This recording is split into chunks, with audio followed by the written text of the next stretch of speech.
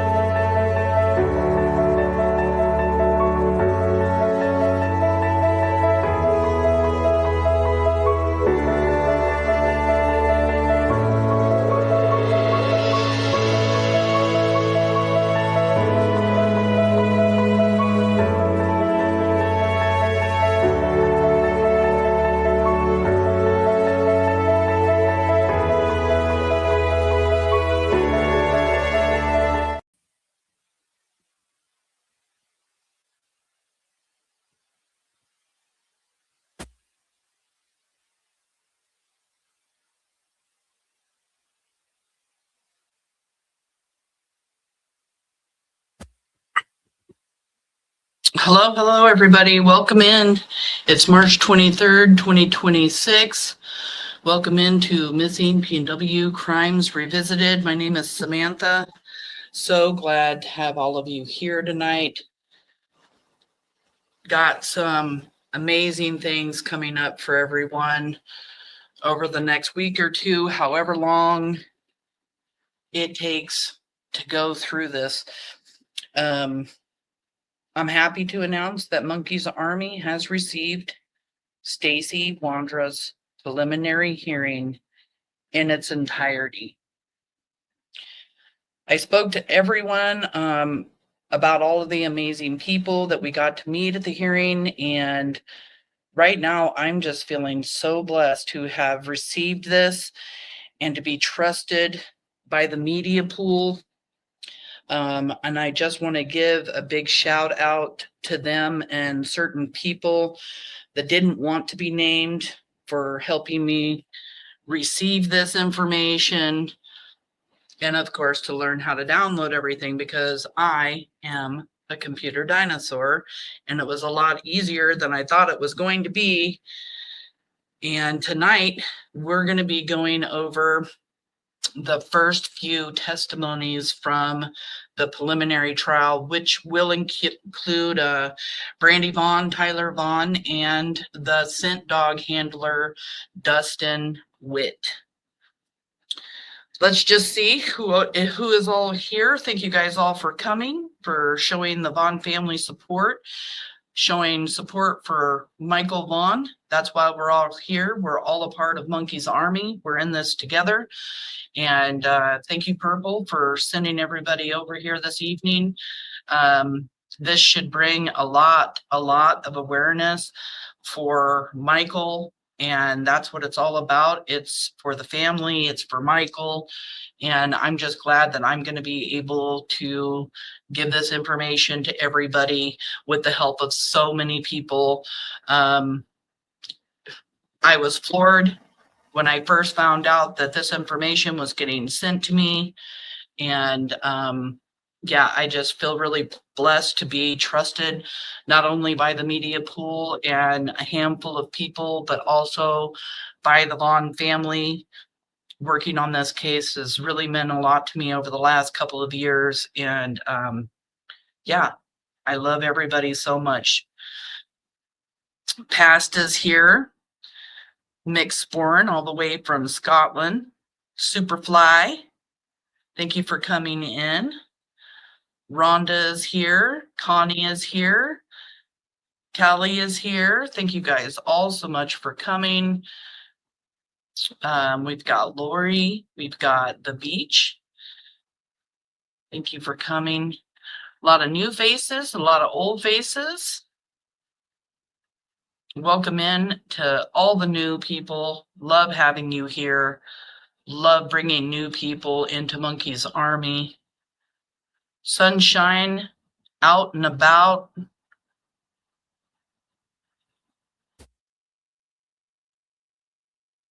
Outdoorsy Life is here. Hair Curlers in Crime, thank you so much for coming. Thank all of my beautiful moderators for coming in. I appreciate you all so much. Thank you guys all for the prayers for the Vaughn family and for Michael, for justice. Darlene is here. Toaster is here. Shannon is also here. Thank you for coming. Brandi Vaughan here. Thank you, Mama, for coming in. She's sending a reminder to everyone. Everyone, this is a lot. Please remember to protect your mental health and to guard your hearts. Like I always tell everybody, if it's something that you're not going to be able to listen to, if it's too difficult for you over the next couple of weeks as we go through the entire preliminary trial, there are disturbing things that are being said, and you do need to protect your mental health. It wasn't easy for the Vaughn family to listen to. They did have to get up and leave the courtroom and come back after lunch. It was very difficult for the rest of the family members and for my daughter and myself. It wasn't an easy week. Deedles, thank you for coming in. Lori Lowe is here. Aggie Willett is here. Purple is in the house. Good to see you, love. Great talking with you today. I hope you start feeling better real soon. Shelly is also here. Wood Chipper, good to see you, hun. I didn't announce to everybody that this was coming because I wanted to make sure that I could get everything downloaded, and it was a huge success and way easier than I thought it was going to be. I've been nervous for 2 weeks. Missing persons around the world. Thank you, Sarah, for coming in. It's always glad to have just all the moderators are just amazing. Avi, Renee, thank you for coming. Selena is also here. Brandy has a message for Brandon. Hey, Brandon, I know you're going to be watching every second of this, aren't you? You really, really should. And you should, Brandon, because The preliminary hearing has a few things to say about you. There's a lot of information that we found out. Yankee Kyle, thank you so much for being here. Brandy says that I'm so thankful to see so many of you here. So many of you make me smile and make days less difficult. You know, things are not easy. Lots of stuff has been going on since the preliminary hearing. And yeah, just it has not been easy. The Vaughn family is reliving everything right now. It's very emotional for them. And we need to continue praying for them, being there for them, supporting them. Share, share, share, share, share. As I always say, Michael's beautiful face, Michael's beautiful smile. Brandy also says that. Let me see who else is here. Jen is here. I said hi to pretty much everybody, unless you're new coming in. I can scroll down here. I just appreciate everybody being here. Trisha's here.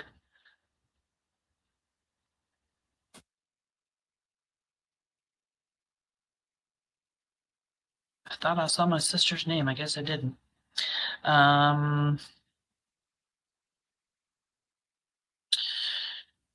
Connie, thank you for being a member for 9 months. I really do appreciate that. And Wood Chipper, thank you so much for gifting 1 Missing PNW Crimes Revisited membership. We're going to do a little dance.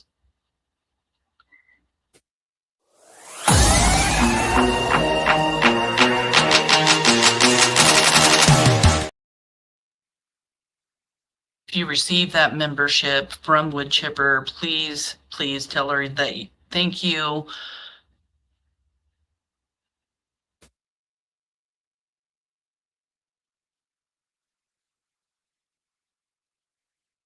Chat is filling up, and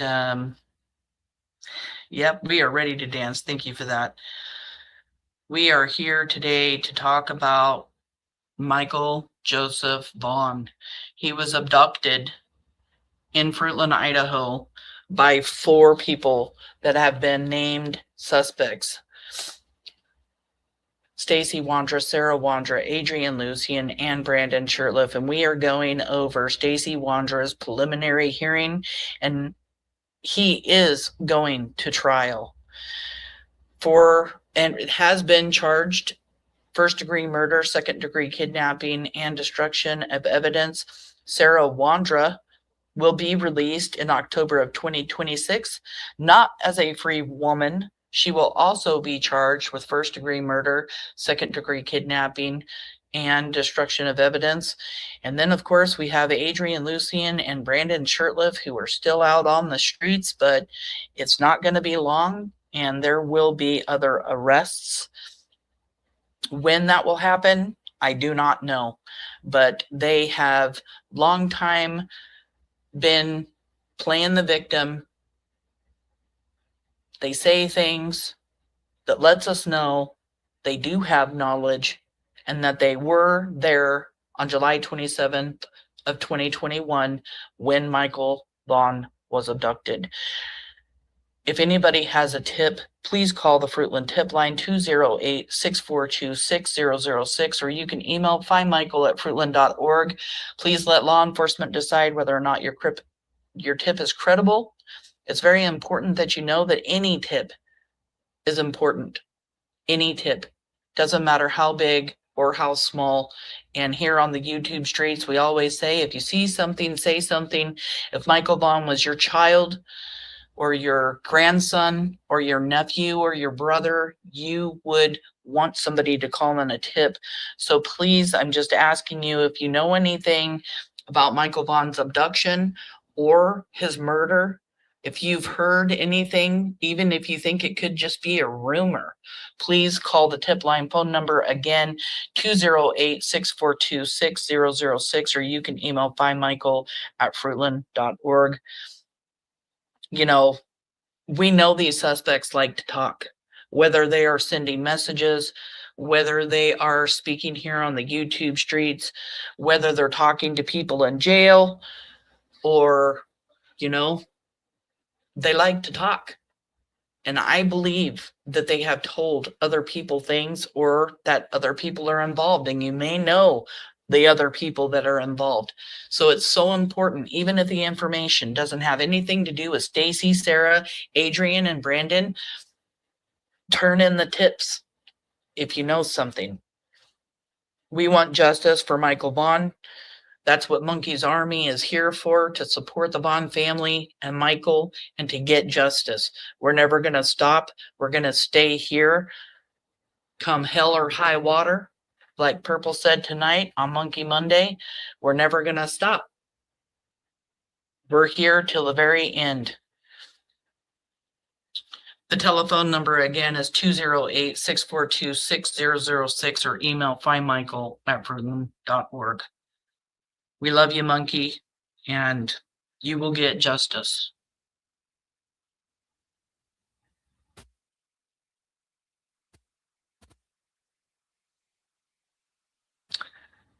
Damn, I've been nervous all day and I don't even know why. Ink, good to see you here, hon. Good to have you. And I just wanted to talk about something else real quick. The woman that took all of the banners and signs and yard signs and whatnot of Michael Vaughn down from 8th Street, Whitley Drive, or Whitley, the freeway, and then on the police department's post, we also seen that other signs had also been taken. Don't know if that is true or not, but there were people in Fruitland discovering that other signs that they know were out and about were also taken down. She has been caught, and she is cooperating with law enforcement. No name has been released, nor do we know if she's been charged or will she be charged. I'm sure she will. I would hope and pray that she would. And I'll keep an eye out for any other updates when new information on that surfaces. But justice was served. She was found. I mean, a woman in broad daylight taking down signs with all the CCTV footage and doorbell cams and everything else. I just can't believe this woman actually thought she wasn't going to get caught. From the moment I saw the pictures of her car, I knew. I even said it last week. It will happen over the weekend or today, and we'll hear something. And it was this morning when Fruitland Police posted it up on their Facebook group or Facebook page. So it was really, really good news. Yes, it is. Under your scars. Thank you for being here. It is really sick. Really sick. How could anybody take down a child's missing persons poster? I mean, the only good thing, honestly, that has come out of this is the fact that the Vaughn family is now going to be able to put up new banners and signs and yard signs and everything with new information and with the suspects' faces on it. And I really hope that that will help bring in some more tips for law enforcement. Let me see what I got here. Commentary. I had a long talk with somebody today about whether or not I was going to add any commentary to this court hearing. I am going to add some commentary. I was there. I know that there are many key points, and I want to talk about those key points.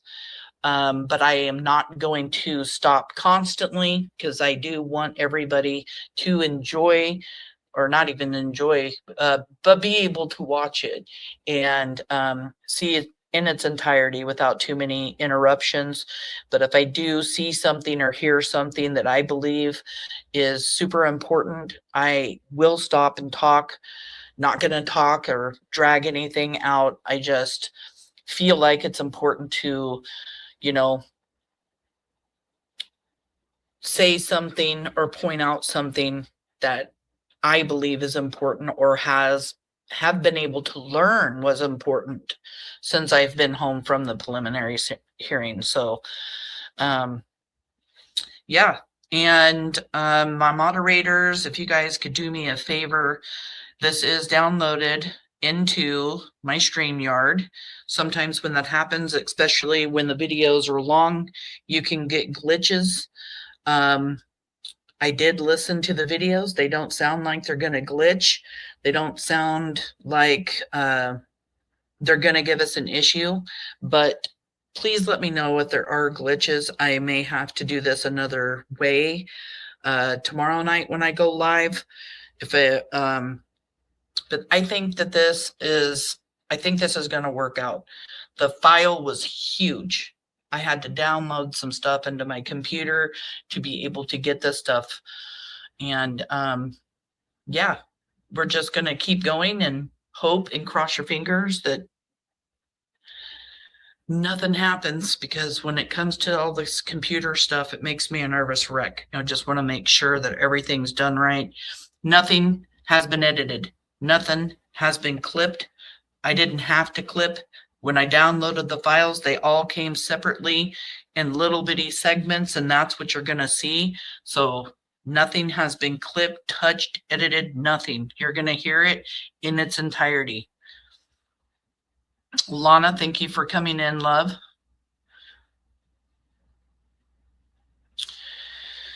Okay, so I'm going to go ahead and put up this first clip. I believe it is over an hour. And I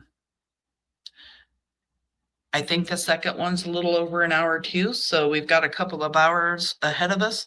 Again, thank you, Monkeys Army.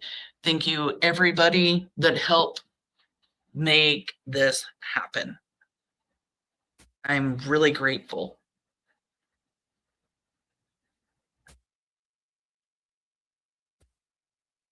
Lost.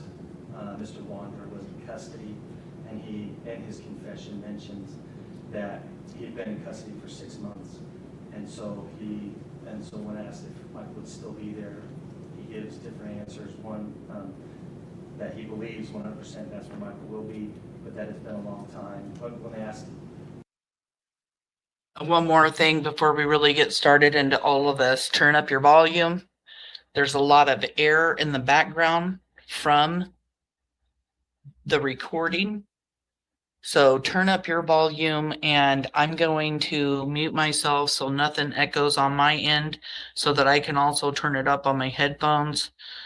I'm not going to be answering too many questions during this. And if anybody does send a super chat or super sticker, I am thanking for that now, but I don't want to stop throughout this. Just know that I appreciate you very much. would Michael, is Michael there now? He said, well, I've been in custody for 6 months. And so that's the evidence that the state expects to put on. And at the end of that, we are going to ask the court to find that there's probable cause that STACEY Wondra committed first-degree murder and kidnapping, as well as the intentional destruction of evidence. Couple of questions. One, I only saw one complaint filed, the one that was filed on 6/25 of 25. Never an amended complaint filed in this case, as far as the board's aware. There are no amended complaints filed with the record. And with regard to count 2, the kidnapping, court's understanding specifically, you indicated specifically in your opening statement that you're seeking murder in the first degree. You're seeking kidnapping in the second degree. Is that right? That's correct, Your Honor. All right, thank you. Did the defense wish to make any statement? Your Honor, briefly, our view of this case is very different from the state's. Mr. Duke talks about confession. This will come out in testimony today, but our client, STACEY Wondra, confesses to nothing. He talks at great length about what he believes happened and in regard to what he believes other people did. There's not a confession in this case. Judge will develop that further. Thank you. All right. Is the state ready to call its first case? Or first witness, I'm sorry. We are, Your Honor. The state calls Tyler Vaughan.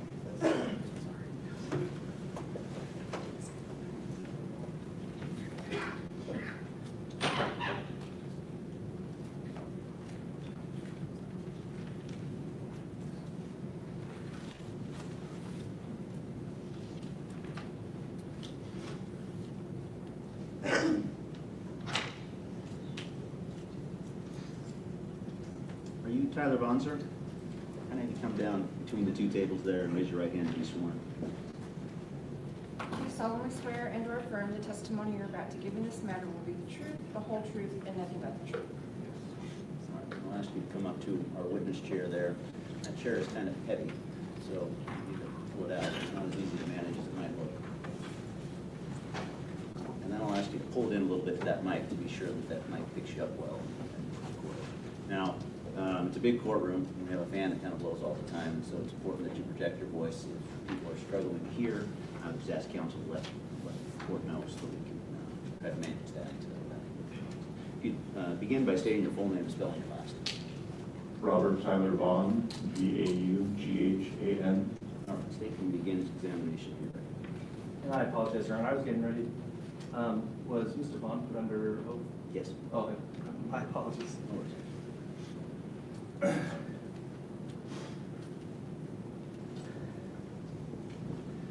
Mr. Vaughn, will you state where you live? 911 Southwest 9th Street in Cruz, Idaho. Okay, and who in July of 2021, did you have a son living there with you? Yes. And what was his name? Michael Joseph Vaughn, Okay, and how old was he at that time? 5 years old. Okay, and did something happen that day that you are going to remember for the rest of your life? He went missing.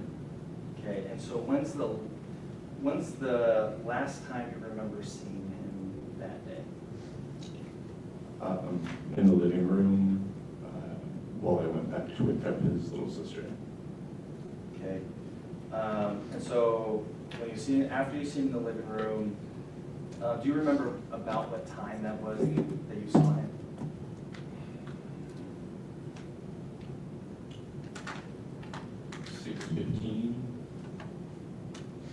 Okay. 6:10. And the way you're saying that, is that a rough estimate? Yes. Yes. Okay. After you see him in the living room, what did you do? Or what were you doing that? I was going to wake up his sister. Okay. And so when did you notice that Michael wasn't in the house? When I came back in from outside, I had woken up his sister and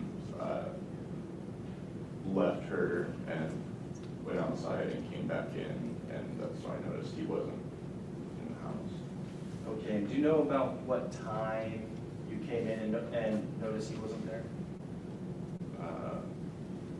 Between 6:45 and 7. Okay. And so what did you do once you realized that he wasn't in the house? I turned the house upside down, called my wife, and jumped in the van, started driving around the neighborhood. Okay, and was it normal for Michael to go missing?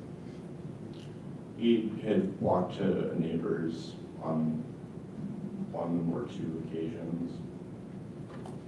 Okay, and when he had walked to the neighbor's house, was that like a recent event, or had that been a while prior? Not within the last, both instances within the last year. Okay. The year prior to the 2021. Okay, and in those previous instances, did he come back on his own, or did you have to go out and find him? We went out and he was already there being brought back, so a little of both. Okay, and when you say being brought back, is that the neighbors bringing him Yes. back? And so on this instant, on this occasion, on the 27th of July, you mentioned you went out looking for him. So, or you mentioned you tear the house apart and then went out looking for him. Where did you go to look for him? I drove down to the splash pad and then drove all the way down 8th Street, down into the hay farmer area, was down by the river, and then turned around and came back up. And I think I went home and then went out on foot after that. Okay, and do you remember the time that you got home and then went out on foot? Like, do you remember the time roughly when that transition happened? It was while I was on the phone with Brandy. It was sometime between 7 and 7:20. Okay. And so when did you call, who's Brandy?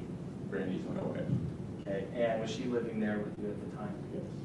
And so about when did you call Brandy?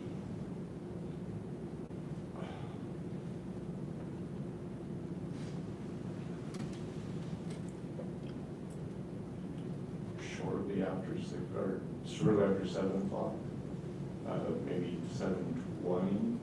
Okay, did you call her while you were driving? Yes. When you got back? When I left to go drive. Okay.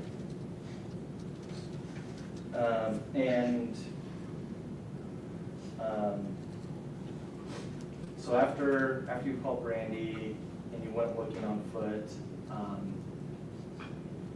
what happened after that? We came back and the officers were there and we hung out in the front yard for the remainder of the week.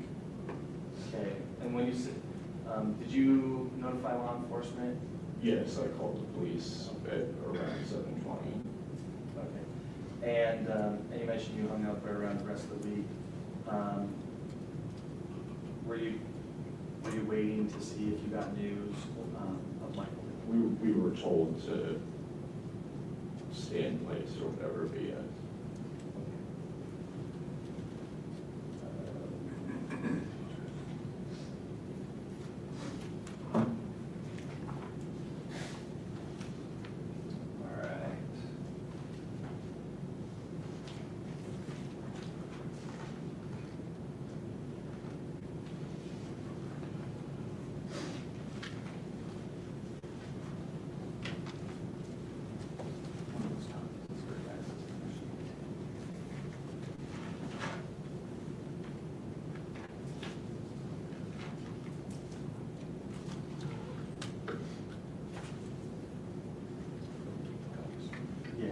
Yeah, I just need the red stamp ones. All right, I'm gonna hand you what's been previously marked as State's Exhibit 1 and State's Exhibit 2.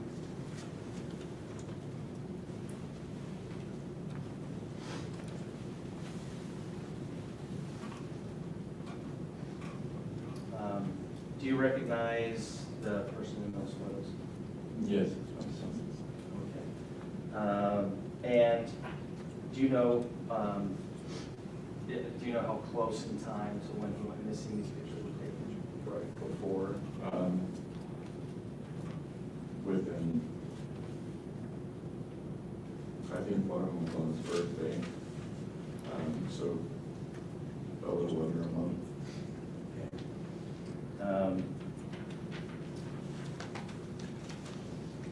The state moves to admit Exhibits 1 and 2. Any objection from the defense? No objection. All right. States 1 and 2 will be admitted.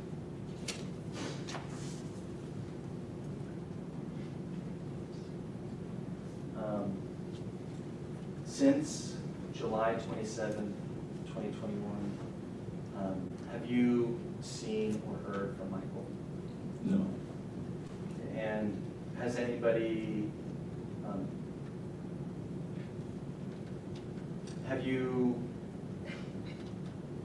did you have any prior contact with Mr. Wondra, stated defendant state? No. Okay, and are you familiar at all with the Wondra household? Or at the time that this occurred, were you familiar at all with the Wondra household? No.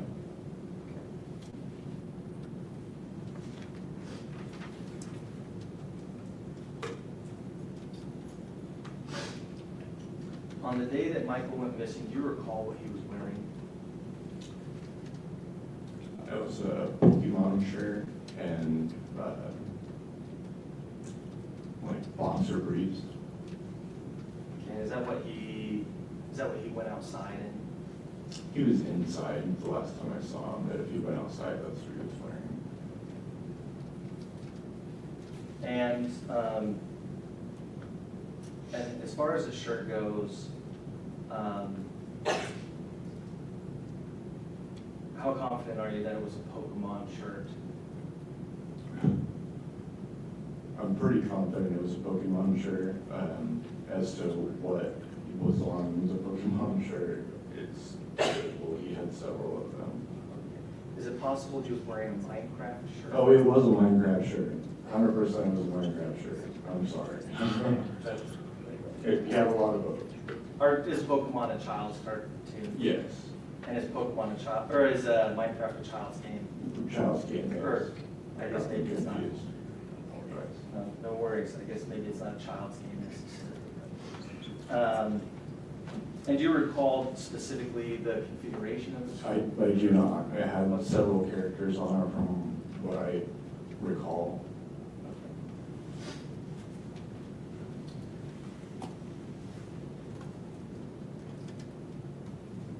And I was going to save this for your wife just in case, but do you remember Michael's birthday?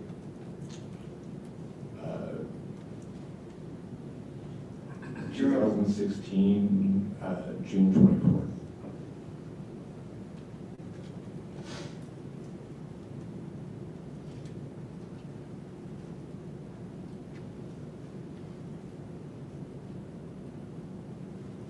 All right, thank you, Tyler. No further questions. All right, any questions from the defense?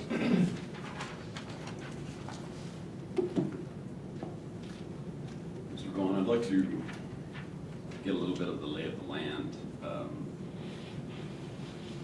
of the neighborhood. So your address is what again? 911 Southwest 9th Street. Okay, so in your neighborhood on 9th Street, can you give us kind of the configuration of that neighborhood? There is, and let me ask you a specific question. There is a kind of a major street to the north of 9th Street. What is that street? To the east of 9th Street would be, what is that? I'm not good with streets. Where's 8th Street? 8th Street is one street over to the north. Okay. Now does 8th Street, is that like a major corridor that separates? From all the neighborhoods that are off of that main road, yes. Okay, so your house and 9th Street is on what side of 8th Street? The west side. Or I'm sorry, could you repeat the question? Yes, so your house is on 9th Street. 8th Street is in what direction from your house? To the north. Okay, so that's what I was getting at. 8th Street is to the north of your house, okay. There is a subdivision on the other side of 8th Street, right? Yes. Okay, and that's where the splash pad is? Yes. Okay. So the splash pad, would it be correct to say that the splash pad is actually part of the subdivision on the other side of 8th Street?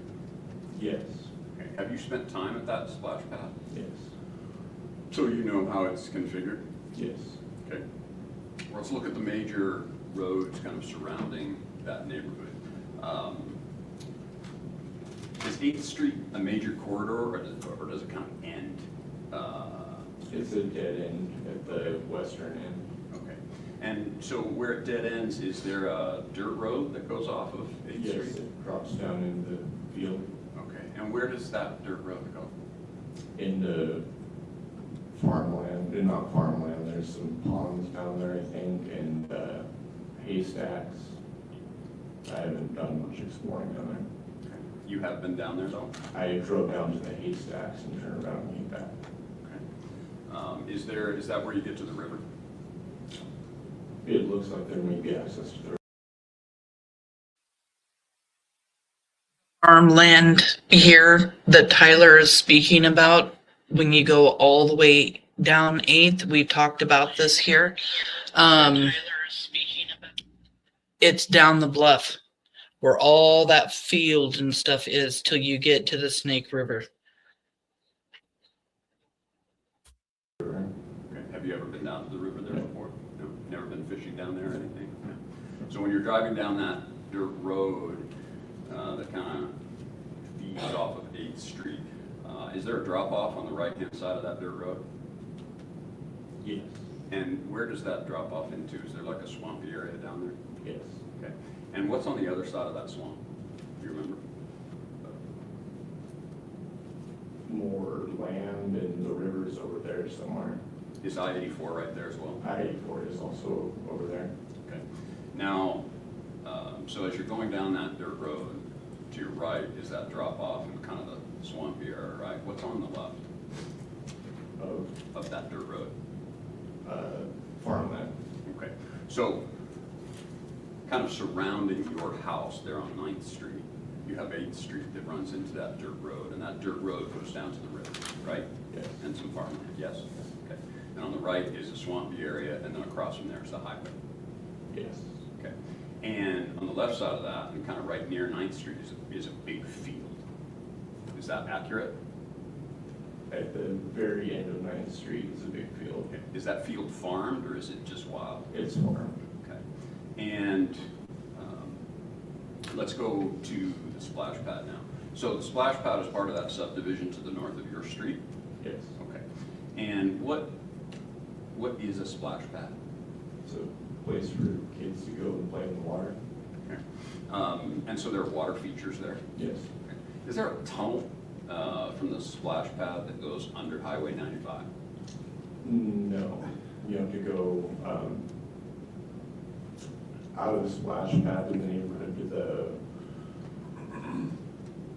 east of that, and then off of that little, it's just a one-street neighborhood like 9th Street, and off of that is the tunnel that goes to off there. But there's a trail or a pathway that leads from the splash pad to that street to the tunnel. So you can access from the splash pad, you can go underneath Highway 95 to the other side of Highway 95, right? It's not an immediate cross, but yeah, I mean, it's accessible. Okay. Was your son Michael, was the splash pad someplace that he liked to go? Yeah. How often would he go there, would you say? We've been there a dozen times or so. Would he ever go there alone? He tried to go there alone once when his brother went there. How did that go? Not well. Grandma found him and brought him home, and he got in trouble. Did that happen more than once? He had wandered off one other time. So I'd like to go through a little bit of your routine. This is the day that Michael went missing is July 27th, 2021. Yes. Is that accurate? Yes. What day of the week was that? Do you remember? Tuesday. What is your routine on a typical Tuesday? I had that day off, so I was spending with the kids. Do you have every Tuesday off, or you did it that time? Did it that time. Where did you work? I was at Albertsons. Tell us what your routine is on your day off. Generally, you don't have to go minute by minute, but Play with the kids, make them lunch, wait for Brandy to get home, eat dinner, go to bed. just tell me about Brandy. Where did Brandy work at the time? Brandy also worked at Albertsons. Was she working that day? Yes. What was her shift? I don't exactly recall. I'm guessing probably something like 5 to, or probably earlier than that, probably 2 to 8 or something like that. No, when you're saying 2 to 8, 2 in the afternoon to 8 p.m.? Yeah. So Brandy would have been home Tuesday morning? Tuesday morning. You had other people living in the home, right? Yes. And who would they be? My father. And your father's name? Bob Vaughn. And who else? Brandy, Ben, and Kira. Ben and Kira, my bonus kids. And so what's Ben's last name? Vivo, G-H-E-V-O. And Kira? How do you spell Kira? K-I-R-A. And you refer to these as bonus kids. Are these kids of Brandy's from a prior relationship? Okay. And how old are they? Now or then? How old are they now? 19 and 15. Kira's the oldest? Yes. Did they live at your home at that time? Yes. Were they there that day? Yes. All day? Yes. Kira left after the fact, or during the fact. She left right around the same time that he went missing. But she was home the rest of the time? Yes. Now, when you have Tuesdays off and you're spending, so this is just family time basically? Yeah. Spending time with the kids? Okay. So you indicated that the last time you saw Michael was around what time was it when you went to wake up Michael's sister? And can you refresh my memory, what's her name? Arya. How do you spell that? A-R-Y-A. And how old was Arya at the time? 2. And what was her nap time?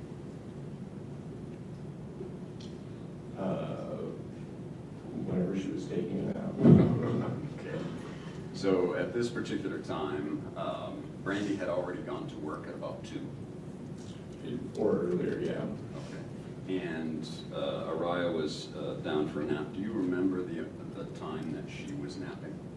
It was between 5:30 and 6:30. And does she have a designated room? She sleeps in our room, or she slept in our room. So what time was it, to the best of your recollection, that you went in to wake her up? 6:15, 6:20.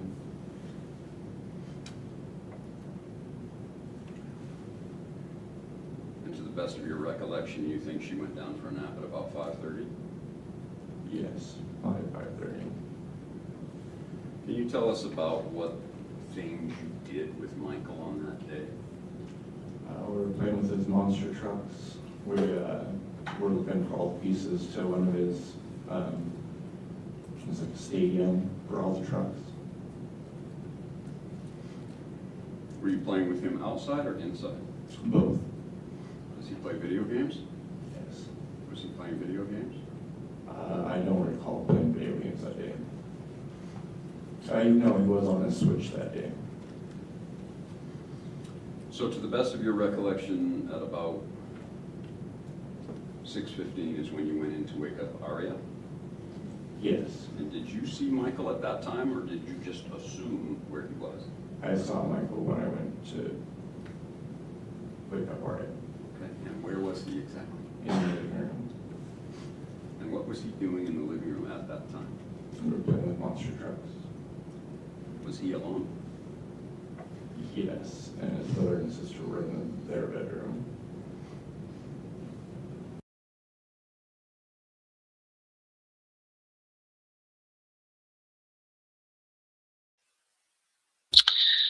I'm just going to whisper so I don't scare anybody.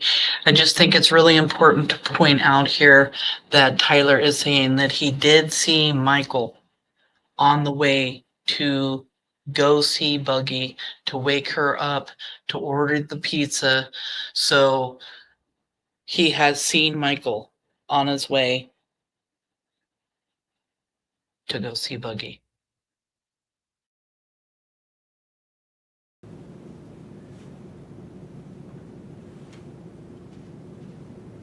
When you went in to wake up Raya, tell us what that looks like. How much time did that take? She's not easy to wake up, so I mean, it took a little bit.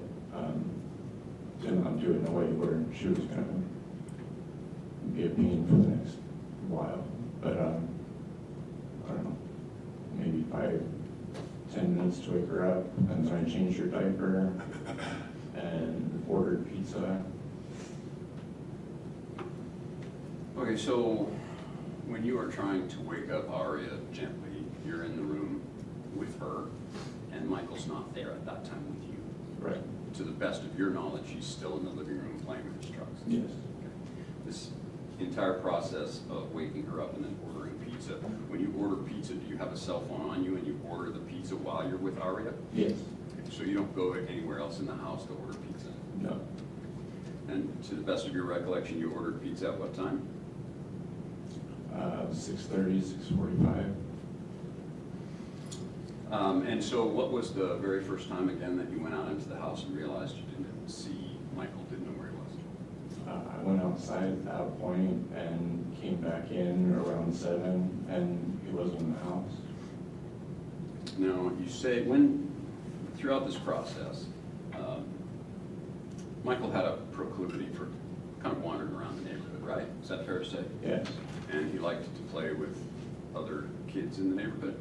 He didn't have specific playmates in the neighborhood, but he liked to play with other kids. And so when you realized he wasn't there, did you go and look at some of these other places that you thought he might be? I drove his splash pad. Any of the neighbors? Did you check in with any of the neighbors? Any neighbors that I saw, I asked if they had seen him.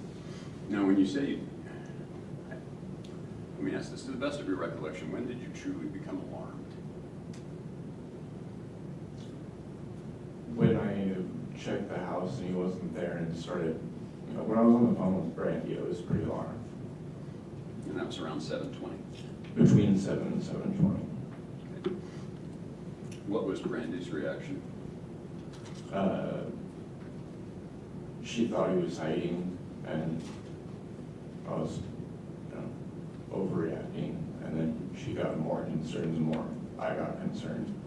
Did you have multiple conversations and phone calls with her, or was it just She was on this phone the whole time with me. Okay. And about how long were you on the phone with her? 15 to 20 minutes. When you say you turned the house upside down, what do you mean by that? Just checked all the rooms, like places that he wouldn't be anyway. My father's room, just the whole house, making sure he wasn't in there. Because he did like to hide from time to time. And so you turned the house upside down first, and then you called Brandy? And then I called Brandy and started driving around, yes. And you had Brandy on the phone with you while you were driving around the neighborhood? Correct. And when it became apparent that you couldn't find him in all the normal locations, what happened then? I got off the phone with Brandy and I called the police. And that's around 7:20? Around 7:20.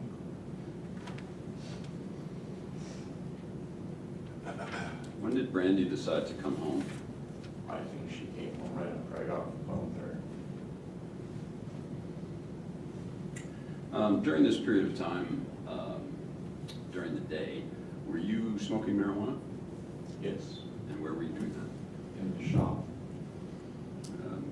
How much marijuana do you smoke on an average day? Average day, maybe a couple of joints. So, in this period of time, when Aria was sleeping and Michael was playing in the living room, were you smoking marijuana in the garage at that time? After I had woken up Aria and ordered pizza, I went outside and had finished one and came back in. I was outside maybe 10 minutes. When you say finished one, what is a one? I was smoking a roach of one that I had lit earlier. And where was Aria when you were smoking this roach? Inside with her sister. Okay. And so you woke Aria up and you went to have a smoke. Did you see Michael when you went out of the house and No. have your smoke? But you weren't worried about Michael at that time? No.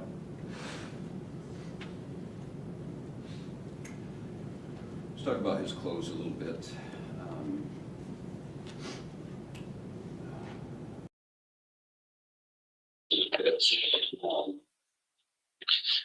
And I just want to add a little something here. 16 million parents smoke marijuana and take care of their children. And there were other siblings in the house to take care of Boogie while he had stepped outside.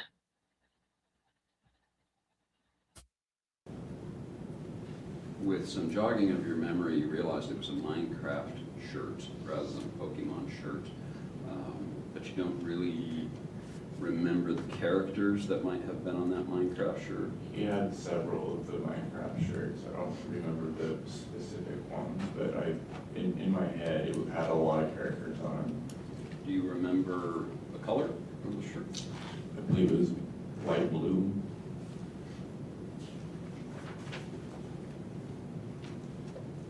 And when you say boxer briefs, to me that's underwear. Was he wearing underwear or were these shorts? They were underwear, but they were shorts.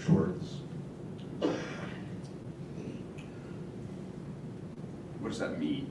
They were underwear, but they were like, they weren't like briefs. They had legs. They had legs that went down. So would this be considered something that he normally wore? I mean, usually he has pants on or something, but you know, we're just screwing around. It was very hot outside. Footwear, what kind of footwear was he wearing that day, do you remember? He was barefoot when we were messing around. What's he usually wear for footwear? He has a pair of tennis shoes that he ends up putting on, and he had just gotten a brand new pair of flip-flops.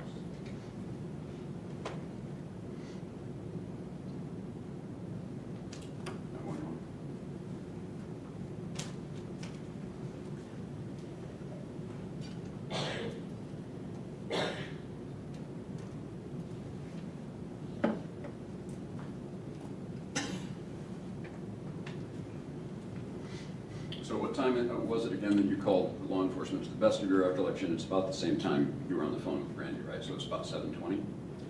Okay. And when did they arrive? Do you remember? Not an exact time. I believe they were there when I showed back up. And what time did Brandy show up? Do you remember? It's all kind of a blur. I don't remember exactly when she came in. I think I actually first saw her, I was on foot, like running around. So let's go through that sequence a little bit. So you get off the phone with her and she's alarmed enough now that she's gonna come home, right? Yes. And so she comes home, how, do you both work at the same Albertsons? Yes. And where is that? Payette. Okay, and how long does it take typically to drive from the Albertsons and Payette to your home? 10 to 15 minutes. Okay. So to the best of your recollection, it would have taken Brandy 10 or 15 minutes to get home after you got off the phone with her? Yes. So you're talking around 7:45 or so when she got home? She probably got home sooner than that, but yes. Okay. Who got home, who arrived at your home first, the police or your wife? I think they were both there when I came home. And you were on foot when you came home? Yes. And your interactions with police, do you remember who they were? I believe Anita Toll was the first officer I had interaction with. And to the best of your recollection, how long did you talk with police when they arrived at your home? How often? How long? How long? Yeah. I mean, a long time. I haven't put the whole night. Now, when police arrived, you told them that you couldn't find Michael, right? Yes. Okay. And was Brandy home at that time? Yes. Okay. And was she talking to them as well? Yes. Okay. Now, after police arrived and Brandy had arrived home, you then left, right? You left the house. After the police came and everything? Yes. I think we both left a couple of times for like minutes. Where did you go? Up and down the street. So this is a fluid situation. You're talking to the police and you're still kind of looking around for They Michael. wanted us to stay there. We didn't go very far, but I mean, up and down the street for sure.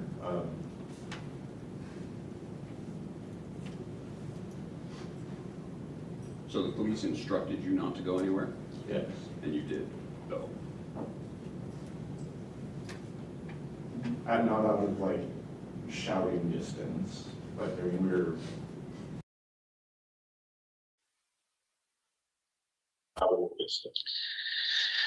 So here the defense attorney is, going at Tyler about leaving the house. They told me that they did not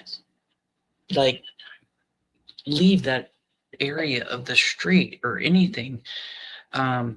They still wanted to be outside. They still wanted to be hollering for Michael. You know, hearing a parent's voice when you're out wandering around, that's important to, you know, if Michael had been outside and in distance, hearing mom and dad call out his name. So yes, the police said, don't leave. But when you stand outside of their house, the entire street is wide open. You could easily just stay right there on the street, still see police officers, cars, and be available for any law enforcement that needs to talk to you.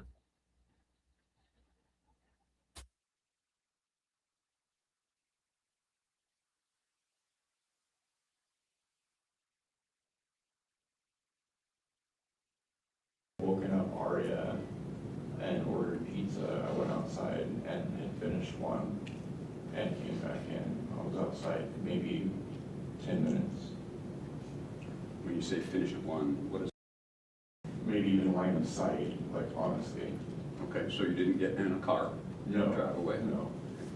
And so your testimony here is today is that you never went far enough away so you weren't outside of yelling distance or within Not line of after sight? we came back home to the house, or that I came back home to the house.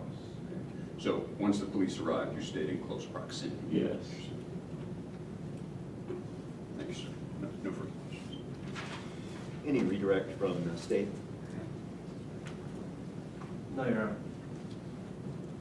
All right. Mr. Vaughn, you may step down. Does the state or defense wish to retain Mr. Vaughn as a witness? No, Your Honor, this can be excused. All right, so you're free to go, sir. Thank you. Who does the state wish to call next? The state calls Brandi Vaughan.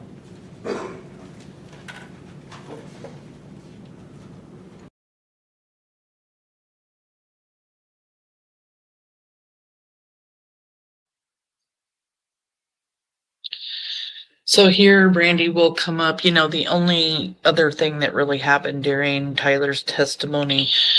So here, Brandy will come up. You know, I have to turn down my phone from my phone. Anyway, the only thing, you know, Tyler said that Michael was wearing a Pokemon shirt, and he, you know, he was super, super nervous about getting up on the stand and talking. I mean, what parent wouldn't? You're reliving your worst nightmare.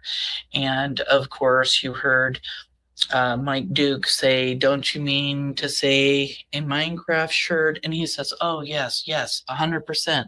He apologized to the court and everything for saying that. At that moment, I was so upset for Tyler because, you know, he beat himself up after that, because he knew Michael was wearing a Minecraft shirt. Of course, he knew exactly what his son was wearing that day. It's been all over the flyers, banners, and everything else. Talked to Brandy here saying that she was shaking so bad. We couldn't tell, Mama. You did great. You and Tyler both did great. It's just, you know, hard to get up there, hard to talk. I think even if you weren't testifying, you know, for your son that had been abducted and murdered, it still would have been hard to get up on the stand for any reason. I mean, you're in court, you're in front of a bunch of people, you're in front of a judge. You feel like you're being judged while you're up there on the witness stand. So Tyler did an absolutely amazing, amazing job.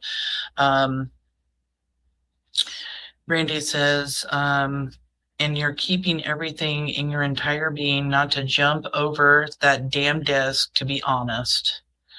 Oh, I know. I couldn't even imagine.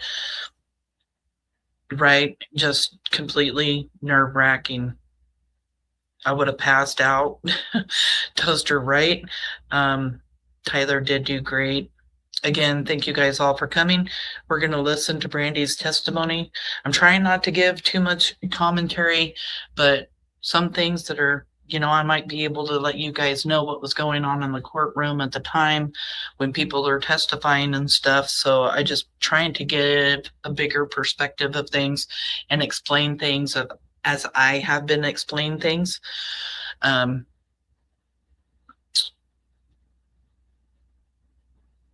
Shannon says that she noticed Stacy would stare at Tyler, but would not stare or not look at Brandy. I noticed that too, Shannon. Shannon, a moderator, I got to meet her while I was at the preliminary hearing, and she was there the first day. This is the first day of the preliminary hearing. So, you know, anything you want to add into the comment section would be great. And Brandy, thank you so much for giving some explanations in chat, because I can put them up on the screen for everybody to read. And of course, everybody can read them in chat because you lived this, you went through this.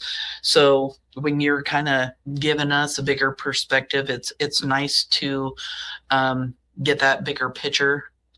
But at any time, you know, if you need to leave, I'm always wanting you to protect your heart. So we're going to continue playing. Ms. Vaughn, if you just come down between those tables, raise your right hand to be sworn, please. Do you solemnly swear and or affirm the testimony you're about to give in this matter will be the truth, the whole truth, and nothing but the truth? All right. Have a seat over at this chair.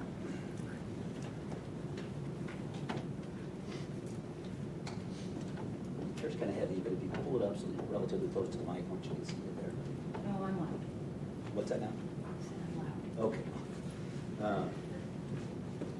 It's a big room, but it's probably not going to be a problem. Just be aware of need to project across the room as best you can. If you begin by stating your full name and spelling your last name. Brandi Vaughan, Vaughan.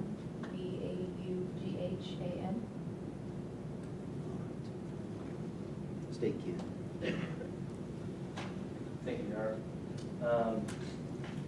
Ms. Vaughn, where do you live? 911 Southwest 9th Street here in Fruitland, Idaho. Okay, and are you familiar with Michael Vaughn? Yes, I am. He's my son. Okay. And there should be an Exhibit 1 and Exhibit 2 in front of you. Mm-hmm. Are you familiar with those pictures? Yes, I am. Do you know how old Michael was when those were taken? Right before he turned 5. This was in, I want to say, May or... Okay, when you say this, which picture are you referring to? This picture. Okay. And that is... This is the same. This is the same day. Okay. And is that Stacy's Exhibit 2? Yes, that is true. Okay. And so I interrupted you. Do you recall when that was taken? Okay. How old was he? 4. He was almost 5. Okay. And do you remember how long before the 27th that would have been? Probably about 3 months. Okay. 2 months, excuse me. 2 months. And so jumping forward to July 27th,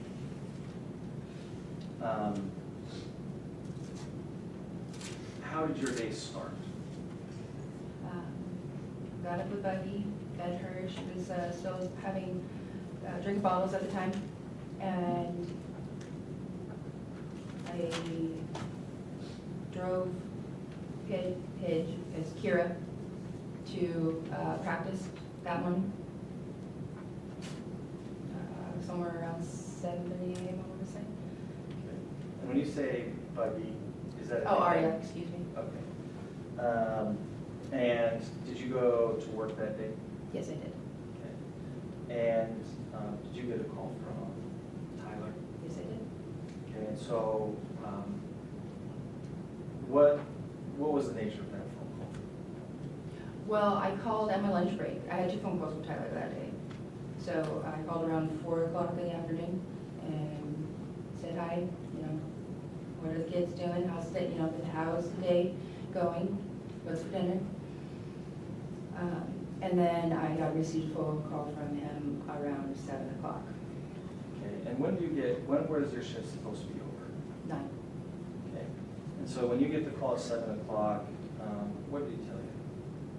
That he could not find Michael. He had looked around the house and outside. He was still looking when he called. Okay. And how did you respond to that phone call? At the beginning, I told him to go in our bedroom and look under the bed by the wall. There's a spot under there where he likes to hide. You can't get under there. Okay, and then, so did you stay on the phone when he Yes, answered? so it was odd for him to call me, so I had a meat coat on, and I just put him in my pocket. I was dealing with a customer at the time that he had called me. Okay, and there's a couple of things here.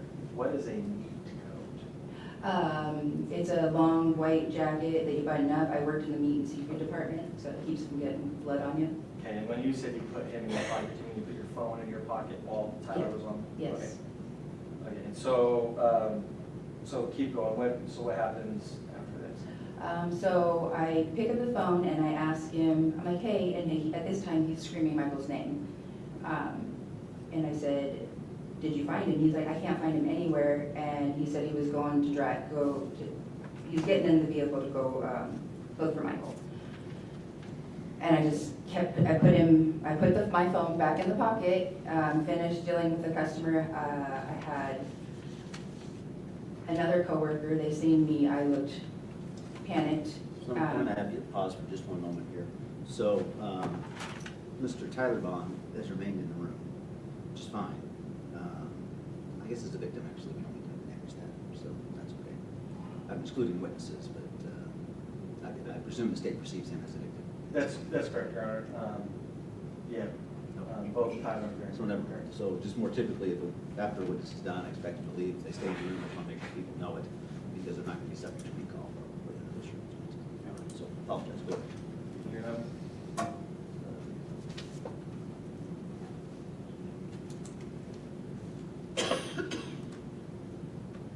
All right. So where you left off, you were starting to feel panicked, or you believe you looked panicked? Yeah, well, I was starting to panic, and I seen another coworker walking in front of the meat counter, and I asked her to go outside and get my coworker that was working in that department with me that night. He was out on break. And when he came in, I told him that Tyler couldn't find Michael. We had an office right outside of the meat department, and I was in there on the phone with Tyler. He's screaming, and my coworker, he told me, he's like, go, just don't even worry about anything. So I ran, I grabbed my purse from the locker room. I ran into my vehicle and drove as fast as I could to Fruitland. Okay, and so you left work early to go help look for Michael? Yes. Okay, and while you were driving to Fruitland, were you still on the phone with Tyler? Yes. Okay, and so what happens next? Are you still on the phone with him or do you drive straight to your house? Yes. Okay, were you still on the phone with him when you got to the house? No. Okay, after you hung up with him, did you call anybody else while you were driving? My daughter. Okay, and what was the nature of that conversation? I was panicked. I told her that Tyler couldn't find Michael, and I asked her if she had seen Michael, and I told her that I needed her home now because we couldn't find Michael. So. And so then, had you finished that conversation by the time you got home? Yes, I think so. Okay. Yeah. And yes. So what happened? What happened next?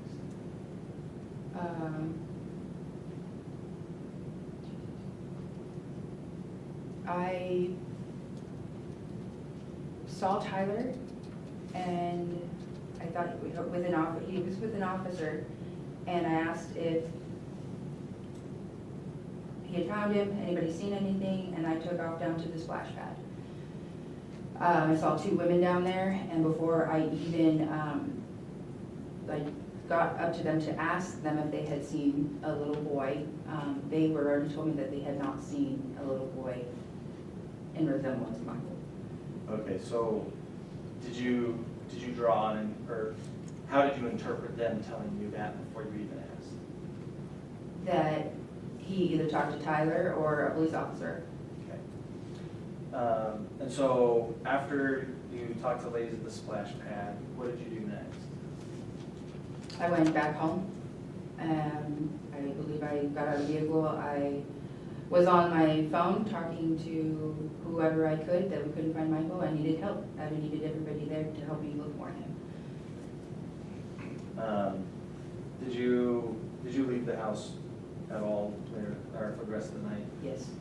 Okay, and where'd you go? Searching for my son. Okay.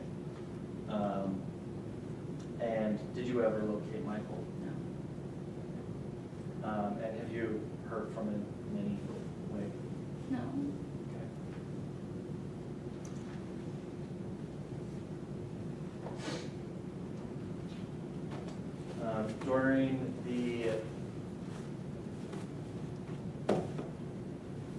During the course of the investigation,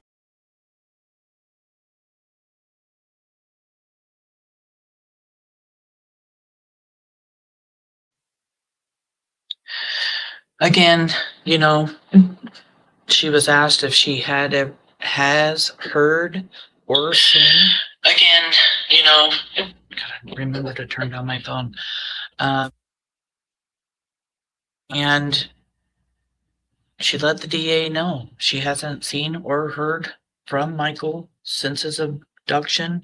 And of course, that was a very hard thing to have to answer. And Brandy almost breaks down here. Tyler was asked the same question. And it's heartbreaking is what it is.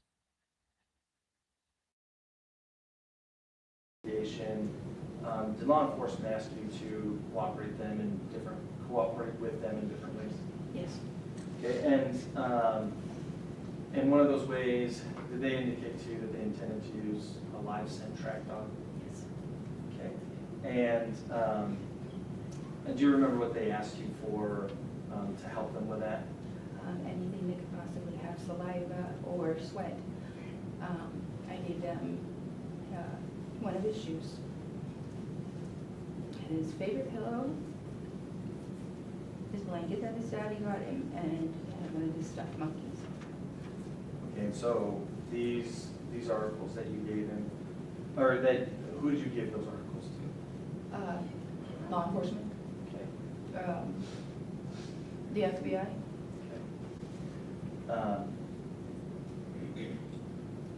Before, well, these articles, had they been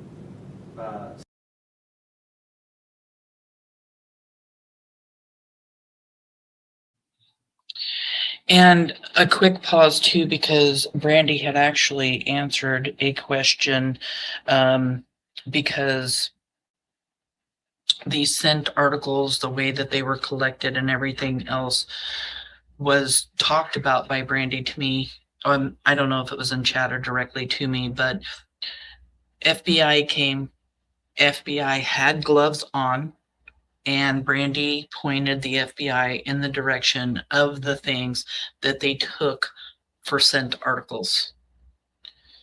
So there's no cross-contamination between the FBI touching the things, or say Brandy went to pick the stuff up and hands it to the FBI. That's not how that went down.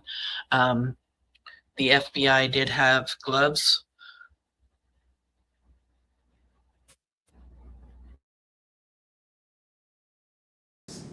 Well, do you remember about when you gave those things to the FBI? It was dark, so sometime after 9 that evening. Okay, was it that same evening that Michael went missing? Yes. Okay. And did you wash any of these items or prepare them in any way before you gave them to law enforcement? No.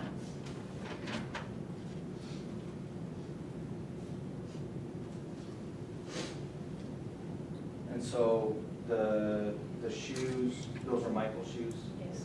Or were they shoes that you would wear? Yes. Did anybody else wear his shoes? No. Okay. And the pillow, did anybody else use his pillow? Me. Okay. Was that during this, or before he went missing, would you use his pillow? Yes. Okay. It was actually my pillow. Okay. And And so before he went missing, or, well, have you ever gone over to Red Wing Street? No. Okay. And have you, and around this time, had you been over the hill by the bluff sign at the end of the street? Had you been over there around this time? No, not around that time, but been out there a couple of times to go watch the sunset. Okay, and when you would go out there to watch the sunset, where would you go specifically? We would walk down the sidewalk on 8th Street, all the way down to the dirt road. We'd sit up on the cliff where it's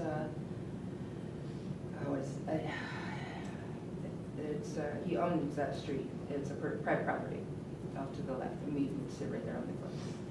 Okay, do you recall doing that either within the couple weeks following Michael's disappearance, or any time recently leading up to his disappearance?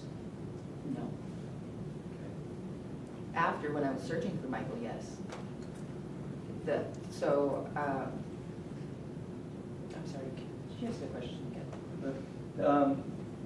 When you were searching for Michael, did you go to the end of 8th Street towards the bluff sign? No, yes I did, because the sun was setting, so that was around 9 o'clock, yes, I did anything. Okay, and where did you go on that occasion when you were looking for Michael? I didn't get to the bluff, because I was told I had to come back because the detective needed to speak with me. Okay, so you walked towards the bluff, but did you, Yeah. So where that dirt road goes down, did you go down the dirt road at all? No. Okay, did you go over the bluff at all? No. I went the opposite direction. I went across the highway, underneath the jump. Okay, and is that this evening? Yes. And so were you driving or did you walk? There was a time I drove down to the splash pad. I left the Jeep there, I believe, and went walking. I went up the hill on 8th Street. Okay, but are you saying the opposite way from the bluffs? Yes. Okay, I see. So not the bluffs, but towards the splash pad? Yes. Okay.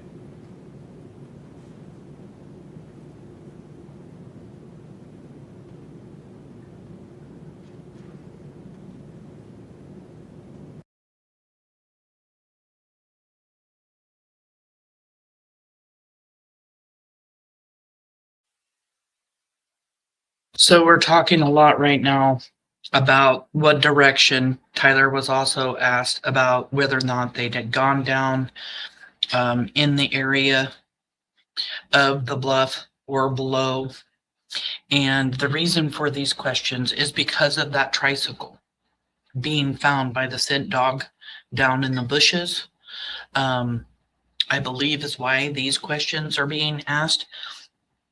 And Brandy is saying here that she was everywhere she could possibly go that was allowed. So basically allowed for them to go. I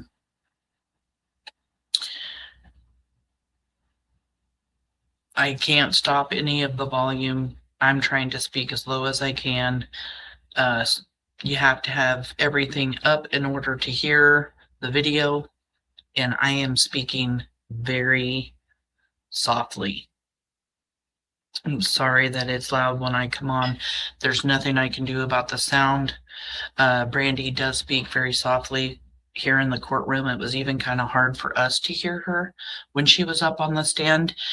And when we go over the STACEY WONDRA'S video that we watched for 9.5 hours, that is even way less quieter than Brandy's being. So we're just going to have to either put earphones in, turning stuff up. Very sorry. Thank you, Ink, so much. But I just wanted to give you guys a reason why they're being asked about the end of 8th Street and down by the bluff. I'll continue.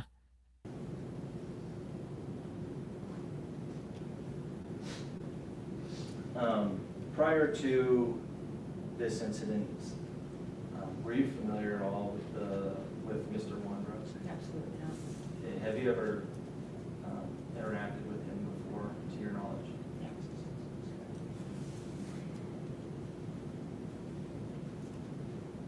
Yeah. And have you ever interacted with Sarah Wondra prior to this incident? Absolutely not.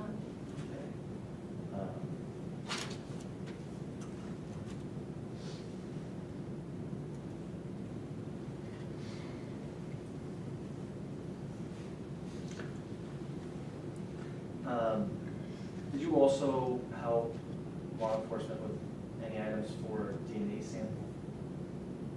Yes, I gave them toothbrushes, his shoe, the pillow, the blanket, and the monkey. Those are the things that I gave to law enforcement. Okay, and did you ever give your DNA to law enforcement? Oh, yes, we all did. And do you recall what form that was in? Like how you did that? I think we got mouth swab. No further questions, Your Honor. Cross-examination from the defense. Yes, please.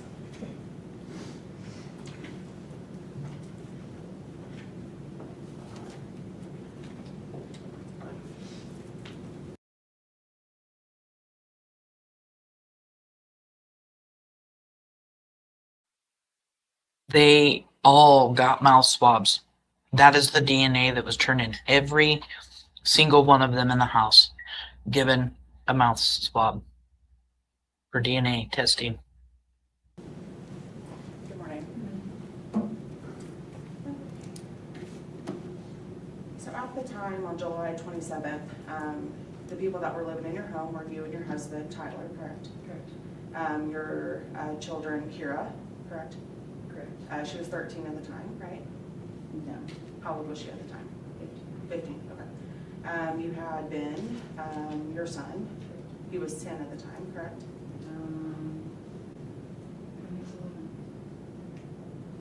Okay. And then also there was Michael, who was 5. Correct.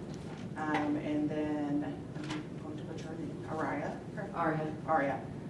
Who was 2 at the time. She turned 2 after Michael was abducted. Okay. And then also there was Tyler's father, Robert, also known Bob, who lived at the house, correct? Correct. And when you and Tyler were at work, you had a nanny watch after your children, correct? Correct. Jennifer Hanna, correct? Yes.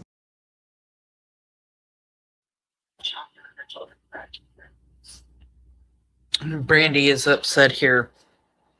Listen closely. This attorney, this comes from the defense. She doesn't really get anything right. Not the kids' ages, not anything. You'll hear Brandy correcting her on many, many, many things.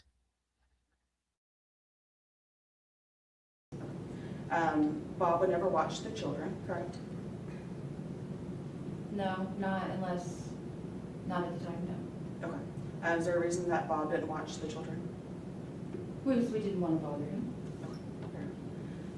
And then Kira, would she ever watch her siblings being 15? Yes. Okay. When you and Tyler were, say, out of the house for a date night or going grocery shopping, would Kira watch the children or would Jennifer? Jennifer. Jennifer, okay. And then Kira, she would just watch while she was at the house, correct? Watch the children while she was there? Yes. Okay. Kind of as a third set of hands? Yes. Okay. And then on the 27th, you last saw Michael around 12 noon, correct? Correct. And Michael was 5 at the time, right? Yes. And how tall was he? About 3'7". Came out to about right here. Right, so about here, you would say? Okay. And then how much did he weigh? He was 50 pounds. 50 pounds, okay. So 3'7", 50 pounds. And when was the last time you went to the doctor with him? How sure are you of that? He didn't really get sick, so whenever he needed to go, because he was all done with his vaccinations. But as his mother, you're sure that he, at the time, was 3'7" and 50 pounds? Yes. Okay. Was he still in a car seat at the time? Booster seat. Booster seat, okay.